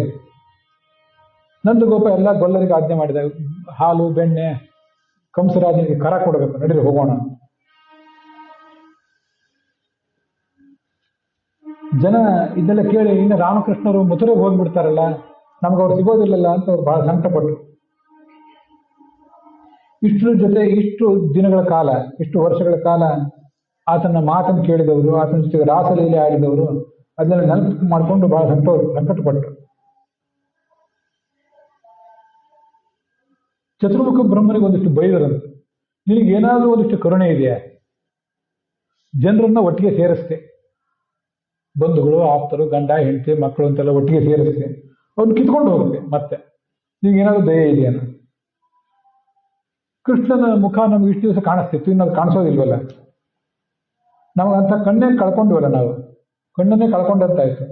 ಕೃಷ್ಣ ಇನ್ನು ದೊಡ್ಡ ಊರಿಗೆ ಹೋದ ಮೇಲೆ, ಮಥುರಾನಗರ ಅಂದ್ರೆ ಕ್ಯಾಪಿಟಲ್ ಸಿಟಿ, ಅಲ್ಲಿ ಹೋದ್ಮೇಲೆ ಮತ್ತೆ ಈ ಹಳ್ಳಿಗೆ ಯಾಕೆ ಬರ್ತಾನೆ, ಅಲ್ಲಿ ಮತ್ತೆ ನಮ್ಮಂತ ಹಳ್ಳಿ ಹುಡುಗಿಯರಿಂದ ಅವ್ನಿಗೆ ಆಗಬೇಕಾದ್ದೇನಿದೆ, ಪಟ್ಟಣದ ಹುಡುಗಿಯರೇ ಅವನಿಗೆ ಅಲ್ಲಿ ಸಿಗ್ತಾರೆ ಅಂತೆಲ್ಲ ಅವ್ರು ಮಾತಾಡ್ಕೊಂಡ್ರು. ಗ್ರಾಮ್ಯ ಅಲಜ್ಜಾಹ ಸ್ಮಿತ ವಿಭ್ರಮ ಧ್ರುವ.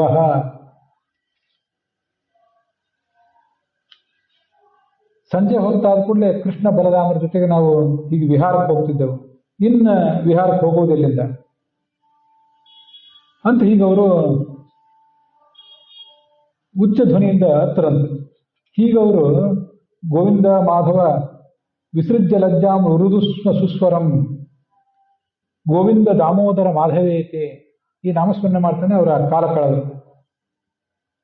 ಇಲ್ಲೆಲ್ಲೋ ಒಂದ್ ಕಡೆ ಇದೀವಿ, ನಾನು ಬಂದವನು ಅಕ್ರೂರ ಅಂತ ಇವ್ನು ಯಾರು ಹೆಸರಿಟ್ರಿ, ಅಕ್ರೂರ ಅಂದ್ರೆ ಸಜ್ಜನ ಅಂತ ಅರ್ಥ.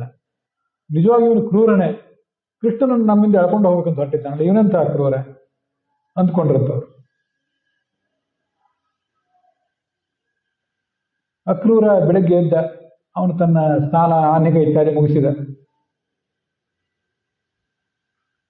ಕಂಸನಿಗೆ ಕೊಡಬೇಕಾದ ಕಪ್ಪ ಇತ್ಯಾದಿಗಳನ್ನೆಲ್ಲ ತಗೊಂಡ್ರು. ರಥ ಮುಂದೆ ಹೋಯಿತು. ರಥ ಧ್ವಜ ಧೂಳು ಅದೆಲ್ಲ ಕಾಣುವ ತನಕ ನೋಡ್ತಾ ಇದ್ರಂತೆ ಜನ. ಮುಂದೆ ಬಹಳ ದೂರ ಹೋದ್ಮೇಲೆ ಅದು ಕಾಣದಂತ ಇತ್ತು. ಲೇಖ್ಯಾನಿ ಇವ ಉಪಸ್ಥಿರೆ, ಚಿತ್ರದಲ್ಲಿ ಬಿಡಿಸಿದ ಚಿತ್ರದಂತೆ ಹಾಗೆ ನಿಂತು ಬಿಟ್ಟಿದ್ರು, ಯಾರಲ್ಲೂ ಚಲನನೇ ಇರಲಿಲ್ಲ. ಮುಂದೆ ರಥ ಮುಂದೆ ಹೋದಂತೆ ಯಮುನಾ ನದಿ ತೀರಕ್ಕೆ ಬಂದರು. ಅಲ್ಲಿ ಇಳಿದ್ರು, ಸ್ವಲ್ಪ ನೀರು ಕುಡಿದು ಮತ್ತೆ ಬಂದು ರಥದಲ್ಲಿ ಕೂತ್ಕೊಂಡ್ರು. ಇವನೇನ್ ಮಾಡಿದ, ನೀವು ಇಲ್ಲೇ ಇರಿ, ನಾನು ಒಳ್ಳೆ ನದಿಯಲ್ಲಿ ಒಂದು ಸ್ನಾನ ಮಾಡಿ ಬರ್ತೀನಿ ಅಂತ ಅಲ್ಲಿ ಇಳಿದು ಸ್ನಾನ ಮಾಡಿದ. ಮುಂದೆ ಮಂತ್ರಗಳನ್ನು ಜಪ ಮಾಡ್ತಾ ಕೂತಿದ್ದ. ಆ ನೀರಿನಲ್ಲಿ ನೋಡಿದ್ರೆ ನೀರಿನ ಒಳಗೆ ರಾಮಕೃಷ್ಣರು ಕಾಣಿಸಿದ್ರು. ಅವನಿಗೆ ಆಶ್ಚರ್ಯ, ರಾಮಕೃಷ್ಣನ ರಥದಲ್ಲಿ ಕೂತ್ಕೊಳ್ಳಿ ಅಂತ ಹೇಳಿದ್ನಲ್ಲ, ಇಲ್ಲಾಕೆ ನೀರಿನಲ್ಲಿ ಯಾಕೆ ಬಂದರು ಅಂತ ಅವನಿಗೆ ಅನಿಸಿತು.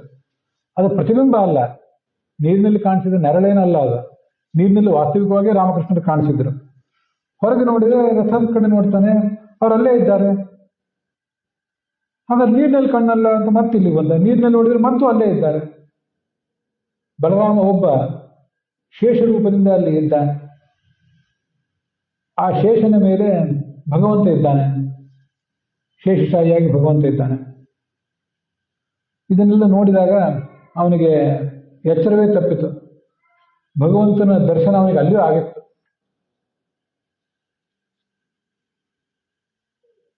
ಭಗವಂತನನ್ನು ಈ ಮುಂದಿನಂತೆ ನಾನಾ ಥರದ ಸ್ತೋತ್ರ ಮಾಡಿದ. ಅದರಲ್ಲಿ ಬಂದಿರುವ ಒಂದು ಶ್ಲೋಕನೇ ಇವತ್ತು ಆರಂಭದಲ್ಲಿ ನಾನು ಮಂಗಳಾಚರಣದ ರೂಪದಲ್ಲಿ ಹೇಳಿದೆ. ನತೋಸ್ಮ್ಯಹಂ ತ್ವಾಖಿಲ ಹೇತುಭೂತಂ ನಾರಾಯಣಂ ಪೂರುಷಂ ಆದಿಮವ್ಯಯಂ ಯನ್ನಾಭಿಜಾತಾದ್ ಅರವಿಂದ ಕೋಶಾತ್ ಬ್ರಹ್ಮಾವಿರಾಸಿ ಜತ ಏಷ ಲೋಕಃ. ನೀನು ಸಮಸ್ತ ಪ್ರಪಂಚದ ಸೃಷ್ಟಿಕರ್ತ, ಆದಿಪುರುಷ,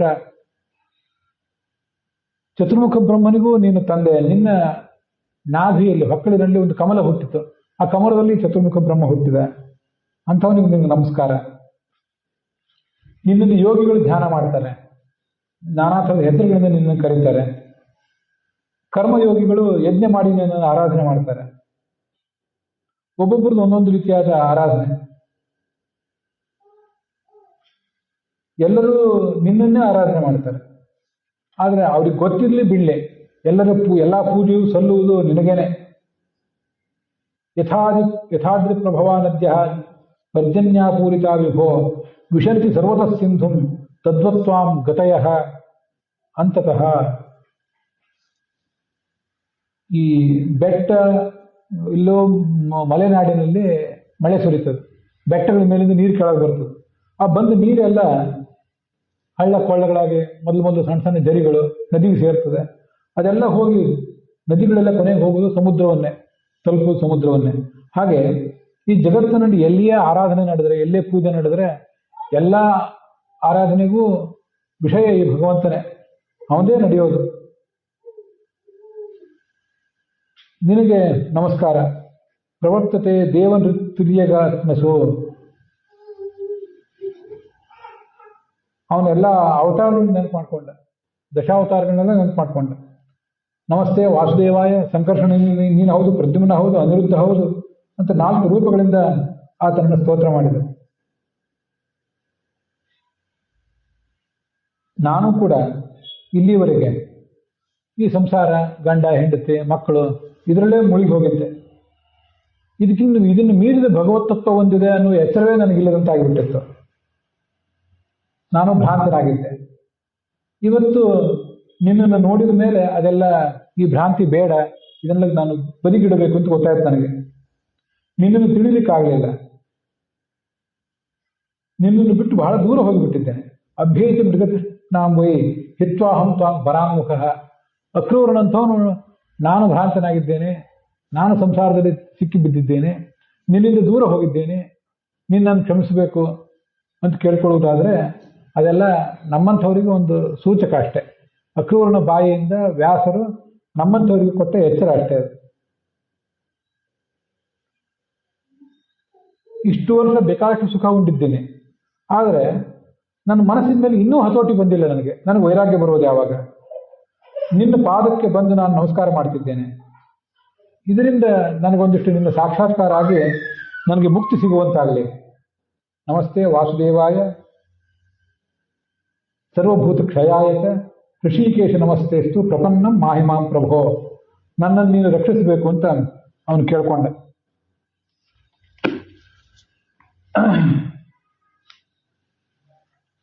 ಈಗ ಅವನು ನೀರಿನಲ್ಲಿ ನಿಂತು ನೋಡ್ತಾ ಇದ್ನಲ್ಲ, ನೋಡ್ತಾ ಇದ್ದಾಗ ಆ ಭಗವಂತ ನೀರಿನೊಳಗೆ ಕಾಣಿಸಿದ ತನ್ನ ರೂಪವನ್ನು ಒಳಗೆ ತಗೊಂಡ್ಬಿಟ್ಟ. ಆ ನೀರಿನಲ್ಲಿ ರೂಪ ಕಾಣಲಿಲ್ಲ. ಅವನಿಗೆ ಆಶ್ಚರ್ಯ ಆಯಿತು. ಹೊರಗೆ ಬಂದು ನೋಡಿದ. ಅವನನ್ನು ಕೃಷ್ಣ ಕೇಳಿದಂತೆ, ಆ ನೀರಿನಲ್ಲಿ ಅಥವಾ ಆಕಾಶದಲ್ಲಿ ಏನಾದರೂ ನಿಮ್ಗೆ ಅದ್ಭುತವಾದ ಕಾಣಿಸುತ್ತಾ? ಏನೋ ಸ್ನಾನ ಮಾಡಿ ಬರುವಾಗ ಬಹಳ ಆಶ್ಚರ್ಯಪಟ್ಟಂತ ಹೊರಗೆ ಬರ್ತಾ ಇದೆಯಲ್ಲ, ಏನಾಯ್ತು ನನಗೆ? ಅದಕ್ಕೆ ಅವನು ಹೇಳಿದ, ಹೌದು, ನೆಲದಲ್ಲಿ, ಆಕಾಶದಲ್ಲಿ, ನೀರಿನಲ್ಲಿ ಏನೇನು ಅದ್ಭುತ ಇವೆಯಲ್ಲ, ಅದೆಲ್ಲ ನಿನ್ನದೇ ಅದ್ಭುತ. ಅದು ನನಗೆ ಗೊತ್ತಾಯಿತು. ತ್ವಯಿ ವಿಶ್ವಾತ್ಮಕೆ ತಾನೇ ಕಿಮ್ಮೆ ಅದೃಷ್ಟಂ ವಿಪಶ್ಯತಃ. ಇದು ನಾವು ಯಾವತ್ತೂ ತಾಳಬೇಕಾದಂಥ ಒಂದು ಅನುಸಂಧಾನ. ಜಗತ್ತಿನ ಎಲ್ಲ ಆಶ್ಚರ್ಯಗಳಿಗಿಂತ ಅತಿ ದೊಡ್ಡ ಆಶ್ಚರ್ಯ ಅಂದ್ರೆ ಭಗವಂತ. ಭಗವಂತನನ್ನು ಕಂಡಾದ್ಮೇಲೆ ಇನ್ನು ಜಗತ್ತಿನ ಯಾವ ಆಶ್ಚರ್ಯವನ್ನು ಕಾಣಬೇಕು ಅಂತ ಅನ್ಸೋದಿಲ್ಲ. ಯಾವ್ದಾದ್ರು ದೇಶಕ್ಕೆ ಹೋಗಿ ಅಲ್ಲಿರುವ ಯಾವ್ದಾದ್ರು ಒಂದು ಅದ್ಭುತವನ್ನು ನೋಡಬೇಕು ಅಂತ ನಮ್ಗೆ ಅನ್ಸೋದಿಲ್ಲ. ಅಷ್ಟು ಅದ್ಭುತವಾದದ್ದು. ಮತ್ತೆ ಆ ಅದ್ಭುತವನ್ನು ನೋಡಿ ನೋಡಿ ಮನಸ್ಸಿಗೆ ಇನ್ನು ಸಾಕು, ಇದನ್ನು ನೋಡ್ಬೇಕಾಗಿಲ್ಲ, ಇನ್ನೇನಿಲ್ಲ, ಹೊಸದಿಲ್ಲ ಅಂತ ಅನ್ಸೋದೇ ಇಲ್ಲ. ನಾನು ನೀರಿನಲ್ಲಿ ಅದನ್ನೇ ಕಂಡೆ. ಆಯ್ತು, ರಥ ಹೊರಡ್ತು. ಮಧ್ಯಾಹ್ನದ ಹೊತ್ತಿಗೆ ಮಥುರಾ ನಗರಕ್ಕೆ ಬಂತು. ದಾರಿಯಲ್ಲಿ ಗ್ರಾಮವಾಸಿಗಳೆಲ್ಲ ನೋಡ್ತಿದ್ರು. ಮುಂದೆ ಅಲ್ಲೊಂದು ಉದ್ಯಾನವನದಲ್ಲಿ ಈ ನಂದಗೋಪ ಮೊದಲಾದವರು ಮೊದಲೇ ಬಂದಿದ್ರು, ಸ್ವಲ್ಪ ವೇಗವಾಗಿ ಬಂದಿದ್ರು. ಅವರು ಒಂದು ಉದ್ಯಾನವನದಲ್ಲಿ ಅವರಲ್ಲಿ ನಿಂತ್ಕೊಂಡಿದ್ರು.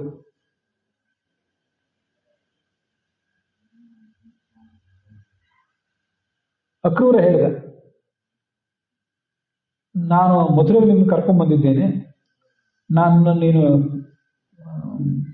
ನಮ್ಮ ಮನೆಗೆ ಹೋಗೋಣ ಬಾ,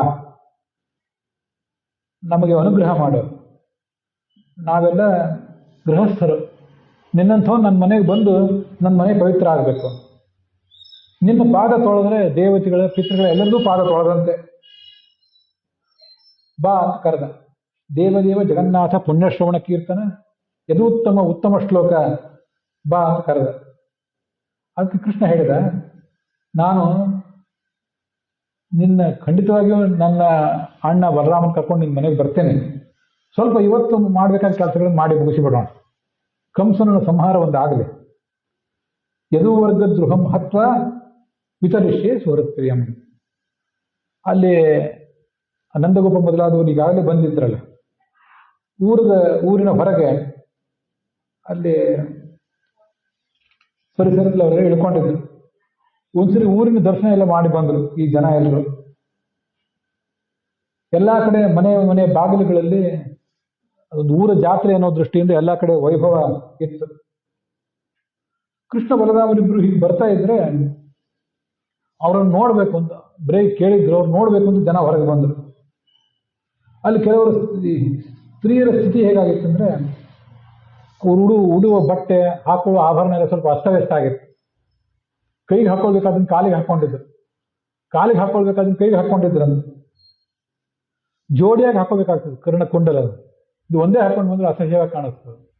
ಅವರು ಅವಸರದಲ್ಲಿ ಗೊಂದಲದಲ್ಲಿ ಒಂದನ್ನೇ ಹಾಕೊಂಡು ಬಂದ್ಬಿಟ್ಟಿದ್ರು. ಒಂದೇ ಕಾಲಿಗೆ ಗೆಜ್ಜೆ, ಕಾಡಿಗೆ ಒಂದೇ ಕಣ್ಣಿಗೆ ಹಚ್ಕೊಂಡ್ ಬಂದಿದ್ದಾರೆ, ಇನ್ನೊಂದು ಕಣ್ಣಿಗೆ ಕಾಡಿಗೆಯೇ ಇಲ್ಲ. ಊಟನೇ ಅರ್ಧ ಬಿಟ್ಟು ಬಂದಿದ್ರು ಕೆಲವರು, ಎಣ್ಣೆ ಹಚ್ಕೋತಿದ್ರು ಅದನ್ನ ಅರ್ಧದಲ್ಲಿ ಬಿಟ್ಟು ಬಂದವರು ಕೆಲವರು, ಮಲಗಿದ್ದವ್ರು ಹಾಗೆ ಎದ್ದು ಬಂದವರು ಕೆಲವರು ಯಾರೋ ನಿಪಾಯಂತ್ಯ ಅರ್ಭಂ ಅಪೋಹ್ಯ ಮಾತರಹ, ಮಕ್ಕಳಿಗೆ ಹಾಲು ಕುಡಿಸ್ತಾ ಇದ್ರು, ಆಹಾರ ತಿನ್ನಿಸ್ತಾ ಇದ್ರು. ಆ ಮಕ್ಕಳನ್ನ ಅಲ್ಲೇ ಕೂಡಿಸಿ ಕೃಷ್ಣನ್ ನೋಡ್ಬೇಕು ಅಂತ ಓಡಿ ಹೋಗ್ಬಿಟ್ರು. ಹೀಗೆ ಎಲ್ಲ ಜನ ಅವನ ನೋಡಿ ರೋಮಾಂಚನಗೊಂಡ್ರು, ಅವನ ಮೇಲೆ ಹೂವಿನ ಮಳೆಗಾರದರು. ಅಲ್ಲೊಬ್ಬ ಅಗಸರವನು ಕಾಣಿಸಿಕೊಂಡ. ಇದೊಂದು ಕಥೆ ನಾವು ಕೇಳಿ ಮುಂದೆ ಹೋಗೋಣ. ನಮ್ಮಿಬ್ಬರಿಗೂ ಒಂದಿಷ್ಟು ಬಟ್ಟೆ ಕೊಡಪ್ಪ ಅಂತ ಕೇಳಿದ್ರಂತೆ ಇವರಿಬ್ರು. ಒಳ್ಳೆ ಬಟ್ಟೆ ಬೇಕಾಗಿದೆ, ಹಳ್ಳಿಯಿಂದ ಬಂದಿದ್ದೀವಿ, ನಮಗೊಂದಿಷ್ಟು ಒಳ್ಳೆ ಬಟ್ಟೆ ಬೇಕು, ಕೊಟ್ರೆ ನಿನಗೂ ಅನುಕೂಲ ಆಗ್ತದೆ. ಕೇಳಿದವನು ಭಗವಂತ. ಆಗ ಅವನೇನಿದ್ನಲ್ಲ ಕಂಸನ ಆಪ್ತ ಸೇವಕ, ಅರಮನೆ ಬಟ್ಟೆಗಳೆಲ್ಲ, ಅವನು ಮೊದಲೇ ಒಬ್ಬ ರಾಕ್ಷಸ. ಆ ರಾಕ್ಷಸನ ಬಗ್ಗೆ ಅಲ್ಲಿ ಬೇರೆ ಬೇರೆ ಕಡೆ ವರ್ಣನೆ ಮಾಡ್ತಾರೆ. ಅವನು ಇವರಿಬ್ಬರನ್ನ ಚೆನ್ನಾಗಿ ಬೈದ್ನಂತೆ. ಎಂಥವ್ರು ನೀವು ಅನಾಗರಿಕರು, ಹಳ್ಳಿ ಜನ, ನಿಮಗೆ ಏನು ಬೇಕು ಏನು ಬೇಡ ಅನ್ನೋ ಎಚ್ಚರ ಇಲ್ಲ ನಿಮಗೆ, ಇಂಥವ್ರು ಬಂದು ರಾಜಯೋಗ್ಯವಾದ ಬಟ್ಟೆಗಳನ್ನ ಕೇಳೋದ ನೀವು ಅಂತ ಅವನನ್ನ ಬೈದರು. ಅಗಸರವನು ಬೈದು ಬಿಟ್ಟ ಇವರನ್ನ. ಆತ ಮೂಲತಃ ಒಬ್ಬ ರಾಕ್ಷಸನೇ, ಪಾರ್ವತಿಯ ವರ ಆಯ್ತಂತೆ, ದರ್ಪ ಬೇರೆ, ಕಂಸನಿಗೆ ಪ್ರಿಯನಾಗಿದ್ದ. ಅವನದೆಂಥ ವೈಭವ ಅಂದ್ರೆ ಆನೆ ಮೇಲೆ ಕುತ್ಕೊಂಡು ಬರ್ತಿದ್ದ, ಅಸಾಧ್ಯ ಕುಂಜರಗತಂ, ಅಗಸನ ವೈಭವ ಅಂತ ಆನೆ ಮೇಲೆ ಕುತ್ಕೊಂಡು ಬರ್ತಿದ್ದ ಅಂತವನು. ಕೃಷ್ಣ ಅವನನ್ನ ಬಡಿದು ಕೊಂದು ಹಾಕಿದ. ಅಲ್ಲಿರೋ ಬಟ್ಟೆಗಳನ್ನೆಲ್ಲ ತಗೊಂಡ್ರು, ಬಲರಾಮ ಇವನು ಎಲ್ಲರೂ ಬೇರೆ ಬೇರೆ ಬಟ್ಟೆಗಳನ್ನೆಲ್ಲ ಹಾಕೊಂಡ್ರು. ಇನ್ನು ಎಲ್ಲರೂ ಹಾಕೊಳ್ಬೇಕಾದ ಬಟ್ಟೆಗಳನ್ನ ಹಾಕೊಂಡ್ರು. ಇನ್ನೂ ಕೆಲವು ಉಳಿದ ಬಟ್ಟೆಗಳನ್ನ ಏನ್ ಮಾಡೋದು, ನೆಲದ ಮೇಲೆ ಹಾಕಿ ಅದ್ರ ಮೇಲೆ ನಡ್ಕೊಂಡು ಹೋಗುದು ಮುಂದಕ್ಕೆ.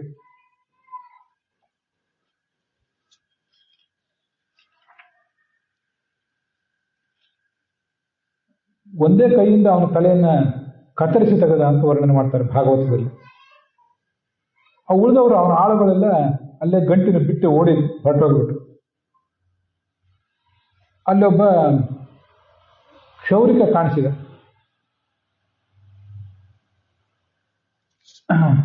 ಕ್ಷೌರಿಕನ ಇವ್ರು ಕೇಳಿ, ನಮಗೊಂದು ಸ್ವಲ್ಪ ಕ್ಷೌರ ಆಗ್ಬೇಕಾಗಿದೆ, ಬಹಳ ದಿವಸ ಕ್ಷೌರ ಆಗಿಲ್ಲ. ಅವನು ಭಾರಿ ಪ್ರೀತಿಯಿಂದ ಇವ್ರಿಗೆ ಕ್ಷೌರ ಮಾಡಿದ್ದ. ಅವನೊಬ್ಬ ಭಕ್ತನಾಗಿದ್ದ.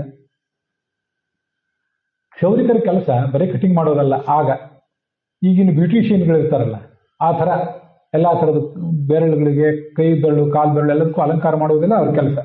ಅದನ್ನೆಲ್ಲ ಅವ್ರನ್ನ ಚೆನ್ನಾಗಿ ಅಲಂಕಾರ ಮಾಡಿದ್ರು.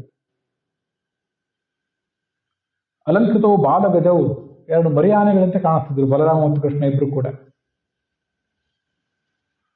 ಅವನಿಗೆ ಅನುಗ್ರಹ ಮಾಡಿದ. ಮುಂದೆ ಕಾಲಾಂತರದಲ್ಲಿ ಅವನಿಗೆ ಸದ್ಗತಿ ಆಯಿತು ಅಂತ ವರ್ಣನೆ ಮಾಡ್ತಾರೆ. ಅಲ್ಲೊಬ್ಬ ಹೂವಾಡಿಗೆ ಬಂದ. ಅರಮನೆಗೆ ಬೇಕಾದ ಹೂ ಸಪ್ಲೈ ಮಾಡೋದು ಅವನ ಕೆಲಸ. ಸುಧಾಮ ಅಂತ ಅವನ ಹೆಸರು. ಬಲರಾಮಕೃಷ್ಣನ ಕಡೆಗೆ ಬಲರಾಮಕೃಷ್ಣ ಬಂದಾಗ ಅವನು ನಮಸ್ಕಾರ ಮಾಡಿದ. ವಸ್ತುತಃ ಇವರು ಅವನ ಮನೆಗೆ ಹೋದ್ರು ಅಂತ, ಮಾರ್ಗದಲ್ಲಿ ಸಿಕ್ಕಿದ್ದಲ್ಲ, ಮನೆಗೆ ಹೋದ್ರು. ಅವರಿಬ್ಬರಿಗೂ ಅರ್ಘ್ಯ ಪಾದ್ಯ ಇತ್ಯಾದಿಗಳನ್ನು ಕೊಟ್ಟ, ಎಲ್ಲ ಉಪಚಾರ ಮಾಡಿದ. ನನ್ನ ಜನ್ಮ ಸಾರ್ಥಕ ಆಯಿತು, ಕುಲ ಪಾವನ ಆಯಿತು, ನೀವಿಬ್ಬರು ಜಗತ್ತಿನ ಆದಿ ಕಾರಣರು, ಇಲ್ಲಿ ಅವತಾರ ಮಾಡಿದ್ದೀರಿ ಅಂತ ಅವ್ರನ್ನ ಸ್ತೋತ್ರ ಮಾಡಿದ. ಶಾಸಿ ಆಜ್ಞಾಪಯ ಮಾಂ ಭೃತ್ಯಂ ಕಿಮಹಂ ಕರವಾಣಿ ಮಾಂ, ಏನ್ ಮಾಡ್ಬೇಕಾಗಿದೆ ಸ್ವಲ್ಪ ಆಜ್ಞೆ ಮಾಡೋದು ಕೇಳ್ಕೊಂಡೆ. ಅದಕ್ಕೆ ಅವರಿಗೆ ಹೂವಿನ ಮಾಲೆಗಳನ್ನ ಬೇಕು ಅಂತ ಕೃಷ್ಣನಿಗೆ ಅಪೇಕ್ಷೆ ಇತ್ತು. ಇನ್ನು ಹೂವಿನ ಮಾಲೆಗಳನ್ನು ಕೊಟ್ಟ. ಆ ಹೂವಿನ ಮಾಲೆಗಳನ್ನು ಹಾಕೊಂಡು ಕೃಷ್ಣ, ರಾಮ ಮತ್ತೆ ಅವನ ಪರಿವಾರದವರು ಎಲ್ಲರೂ ಕೂಡ ಅಲ್ಲಿಂದ ಮುಂದೆ ಹೋದರು.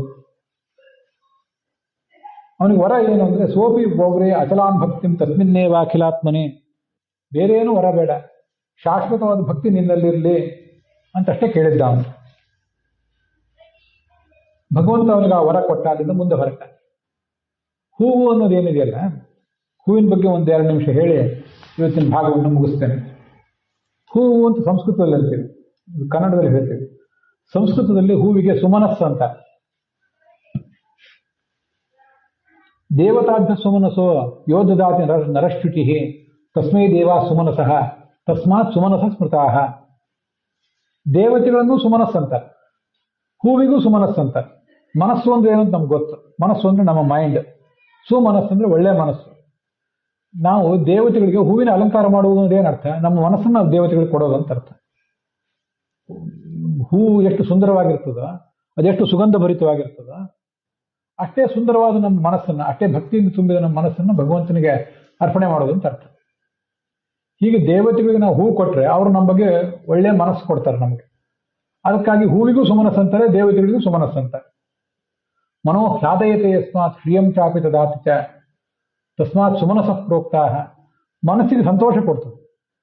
ಈ ನಾವೇ ಪರಸ್ಪರ ಯಾರೊಬ್ರು ಅತಿಥಿಗಳು ಬಂದಾಗ ಹೂ ಕೊಟ್ರೆ, ಆ ಹೂ ಕೊಡೋದು ಒಂದು ಗೌರವದ ಸಂಕೇತ. ಒಬ್ಬ ಮನುಷ್ಯ ಇನ್ನೊಬ್ಬ ಮನುಷ್ಯನಿಗೆ ಹೂ ಕೊಟ್ರೆ ಸಂತೋಷ ಆಗ್ತಿರ್ತದೆ. ಹಾಗಿರುವಾಗ ಭಗವಂತನಿಗೆ ಆ ಹೂ ಕೊಟ್ರೆ ಭಗವಂತ ಅದನ್ನು ನೋಡ್ತಾನೆ. ಆ ಹೂವಿನಲ್ಲಿರೋ ಸುಗಂಧವನ್ನು ನೋಡ್ತಾನೆ, ನಮ್ಮ ಮನಸ್ಸಿನ ಭಕ್ತಿಯ ಸುಗಂಧವನ್ನು ನೋಡ್ತಾನೆ. ಪೂಜಾ ಮಾಡೋದು ಒಂದು ಆರಂಭದಲ್ಲಿ ಒಂದು ಮಾತು ಬರ್ತದೆ, ಪೂಜಾ ಮಾಡುವಾಗ ಭಗವಂತನ ಅನುಮತಿ ಕೇಳಬೇಕಂತ. ನಾವೆಲ್ಲ ನಿನ್ನ ಪೂಜೆ ಮಾಡ್ಲಿಕ್ಕೆ ಬಂದಿದ್ದೀವಿ, ಆದ್ರೆ ನಮ್ಮ ದುರ್ವಾಸನೆಯನ್ನು ನೀನು ತಡ್ಕೋಬೇಕು. ಮನುಷ್ಯ ಅಂದ್ರೆ ಹೊಲಸು. ಅವನು ಏನು ಎಷ್ಟೆಲ್ಲ ಸ್ವಚ್ಛವಾಗಿ ಸ್ನಾನ ಮಾಡಿ ಬಂದಿದ್ರು ಅವನ ದೇಹ ಹೊಲಸೆ ಯಾವತ್ತು. ಅವನ ಮನಸ್ಸಂತೂ ಇನ್ನೂ ಹೊಲಸು. ಒಂದ್ ವೇಳೆ ಶರೀರದ ದುರ್ವಾಸನೆ ಏನಾದ್ರೂ ಮಾಡಿ ತಡ್ಕೋಬಹುದು. ಮನುಷ್ಯನ ಮನಸ್ಸಿನ ದುರ್ವಾಸನೆ ಅಂತೂ ಎಷ್ಟು ಯೋಜನೆ ಹಬ್ಬಿರ್ತದೋ ಗೊತ್ತಾಗೋದಿಲ್ಲ. ಇಷ್ಟೇ ಹೊರಗಿನ ದೇಹ ಮಾತ್ರ ಕಾಣಿಸ್ತಿರ್ತದೆ. ಭಗವಂತನ ಪೂಜಾದ ಆರಂಭದಲ್ಲಿ ಹೇಳ್ತಾರೆ, ಮನುಷ್ಯ ಗಂಧ, ನಮ್ಮ ದುರ್ವಾಸನೆ, ನಮ್ಮ ನೆರಳು ನಿನ್ನ ಮೇಲೆ ಬಿದ್ದರೆ ಅದನ್ನು ದಯವಿಟ್ಟು ನೀನು ಕ್ಷಮಿಸಬೇಕು ಅಂತ ಕೇಳಿ ಮುಂದೆ ಪೂಜೆ ಮಾಡ್ತಾರಂತ. ಈ ಭಗವಂತನಿಗೆ ಅಭಿಷೇಕ ಮಾಡಿ ಹೂವು ಅರ್ಪಣೆ ಮಾಡುವುದು ಅಂದ್ರೆಲ್ಲ ಇದೇ ಅರ್ಥ. ಭಗವಂತನಿಗೆ ನಮ್ಮ ಭಕ್ತಿಯ ಸುಗಂಧವನ್ನು ಕೊಡುವುದು ಅಂತ ಅರ್ಥ. ಹಾಗೆ ಕೊಟ್ರೆ ಭಗವಂತನವನ್ನು ಉದ್ಧರಿಸ್ತಾನೆ ಅಂತ ಅದರ ತಾತ್ಪರ್ಯ. ಅಲ್ಲಿಗೆ ಇವತ್ತಿನ ಈ ಭಾಗ ಸಮಾಪ್ತ ಆಗಿದೆ. ಹುಸಿಯ ನಾಡಿ ಹೊಟ್ಟೆ ಹೊರೆವ ವಿಷಯದಲ್ಲಿ ರಸಿಕನೆಂದು ಹುಸಿಗೆ ಹಾಕಿರುವ ಶ್ರೀಕೇಶನೇ, ಈಶನಿನ್ನ ಚರಣ ಭಜನೆ ಆಸೆಯಿಂದ ಮಾಡುವೆ, ದೋಷ ರಾಶಿ ನಾಶ ಮಾಡು ಶ್ರೀಶಕೇಶವು. ಶ್ರೀಕೃಷ್ಣ ಅಂತ ನಮಸ್ತೆ.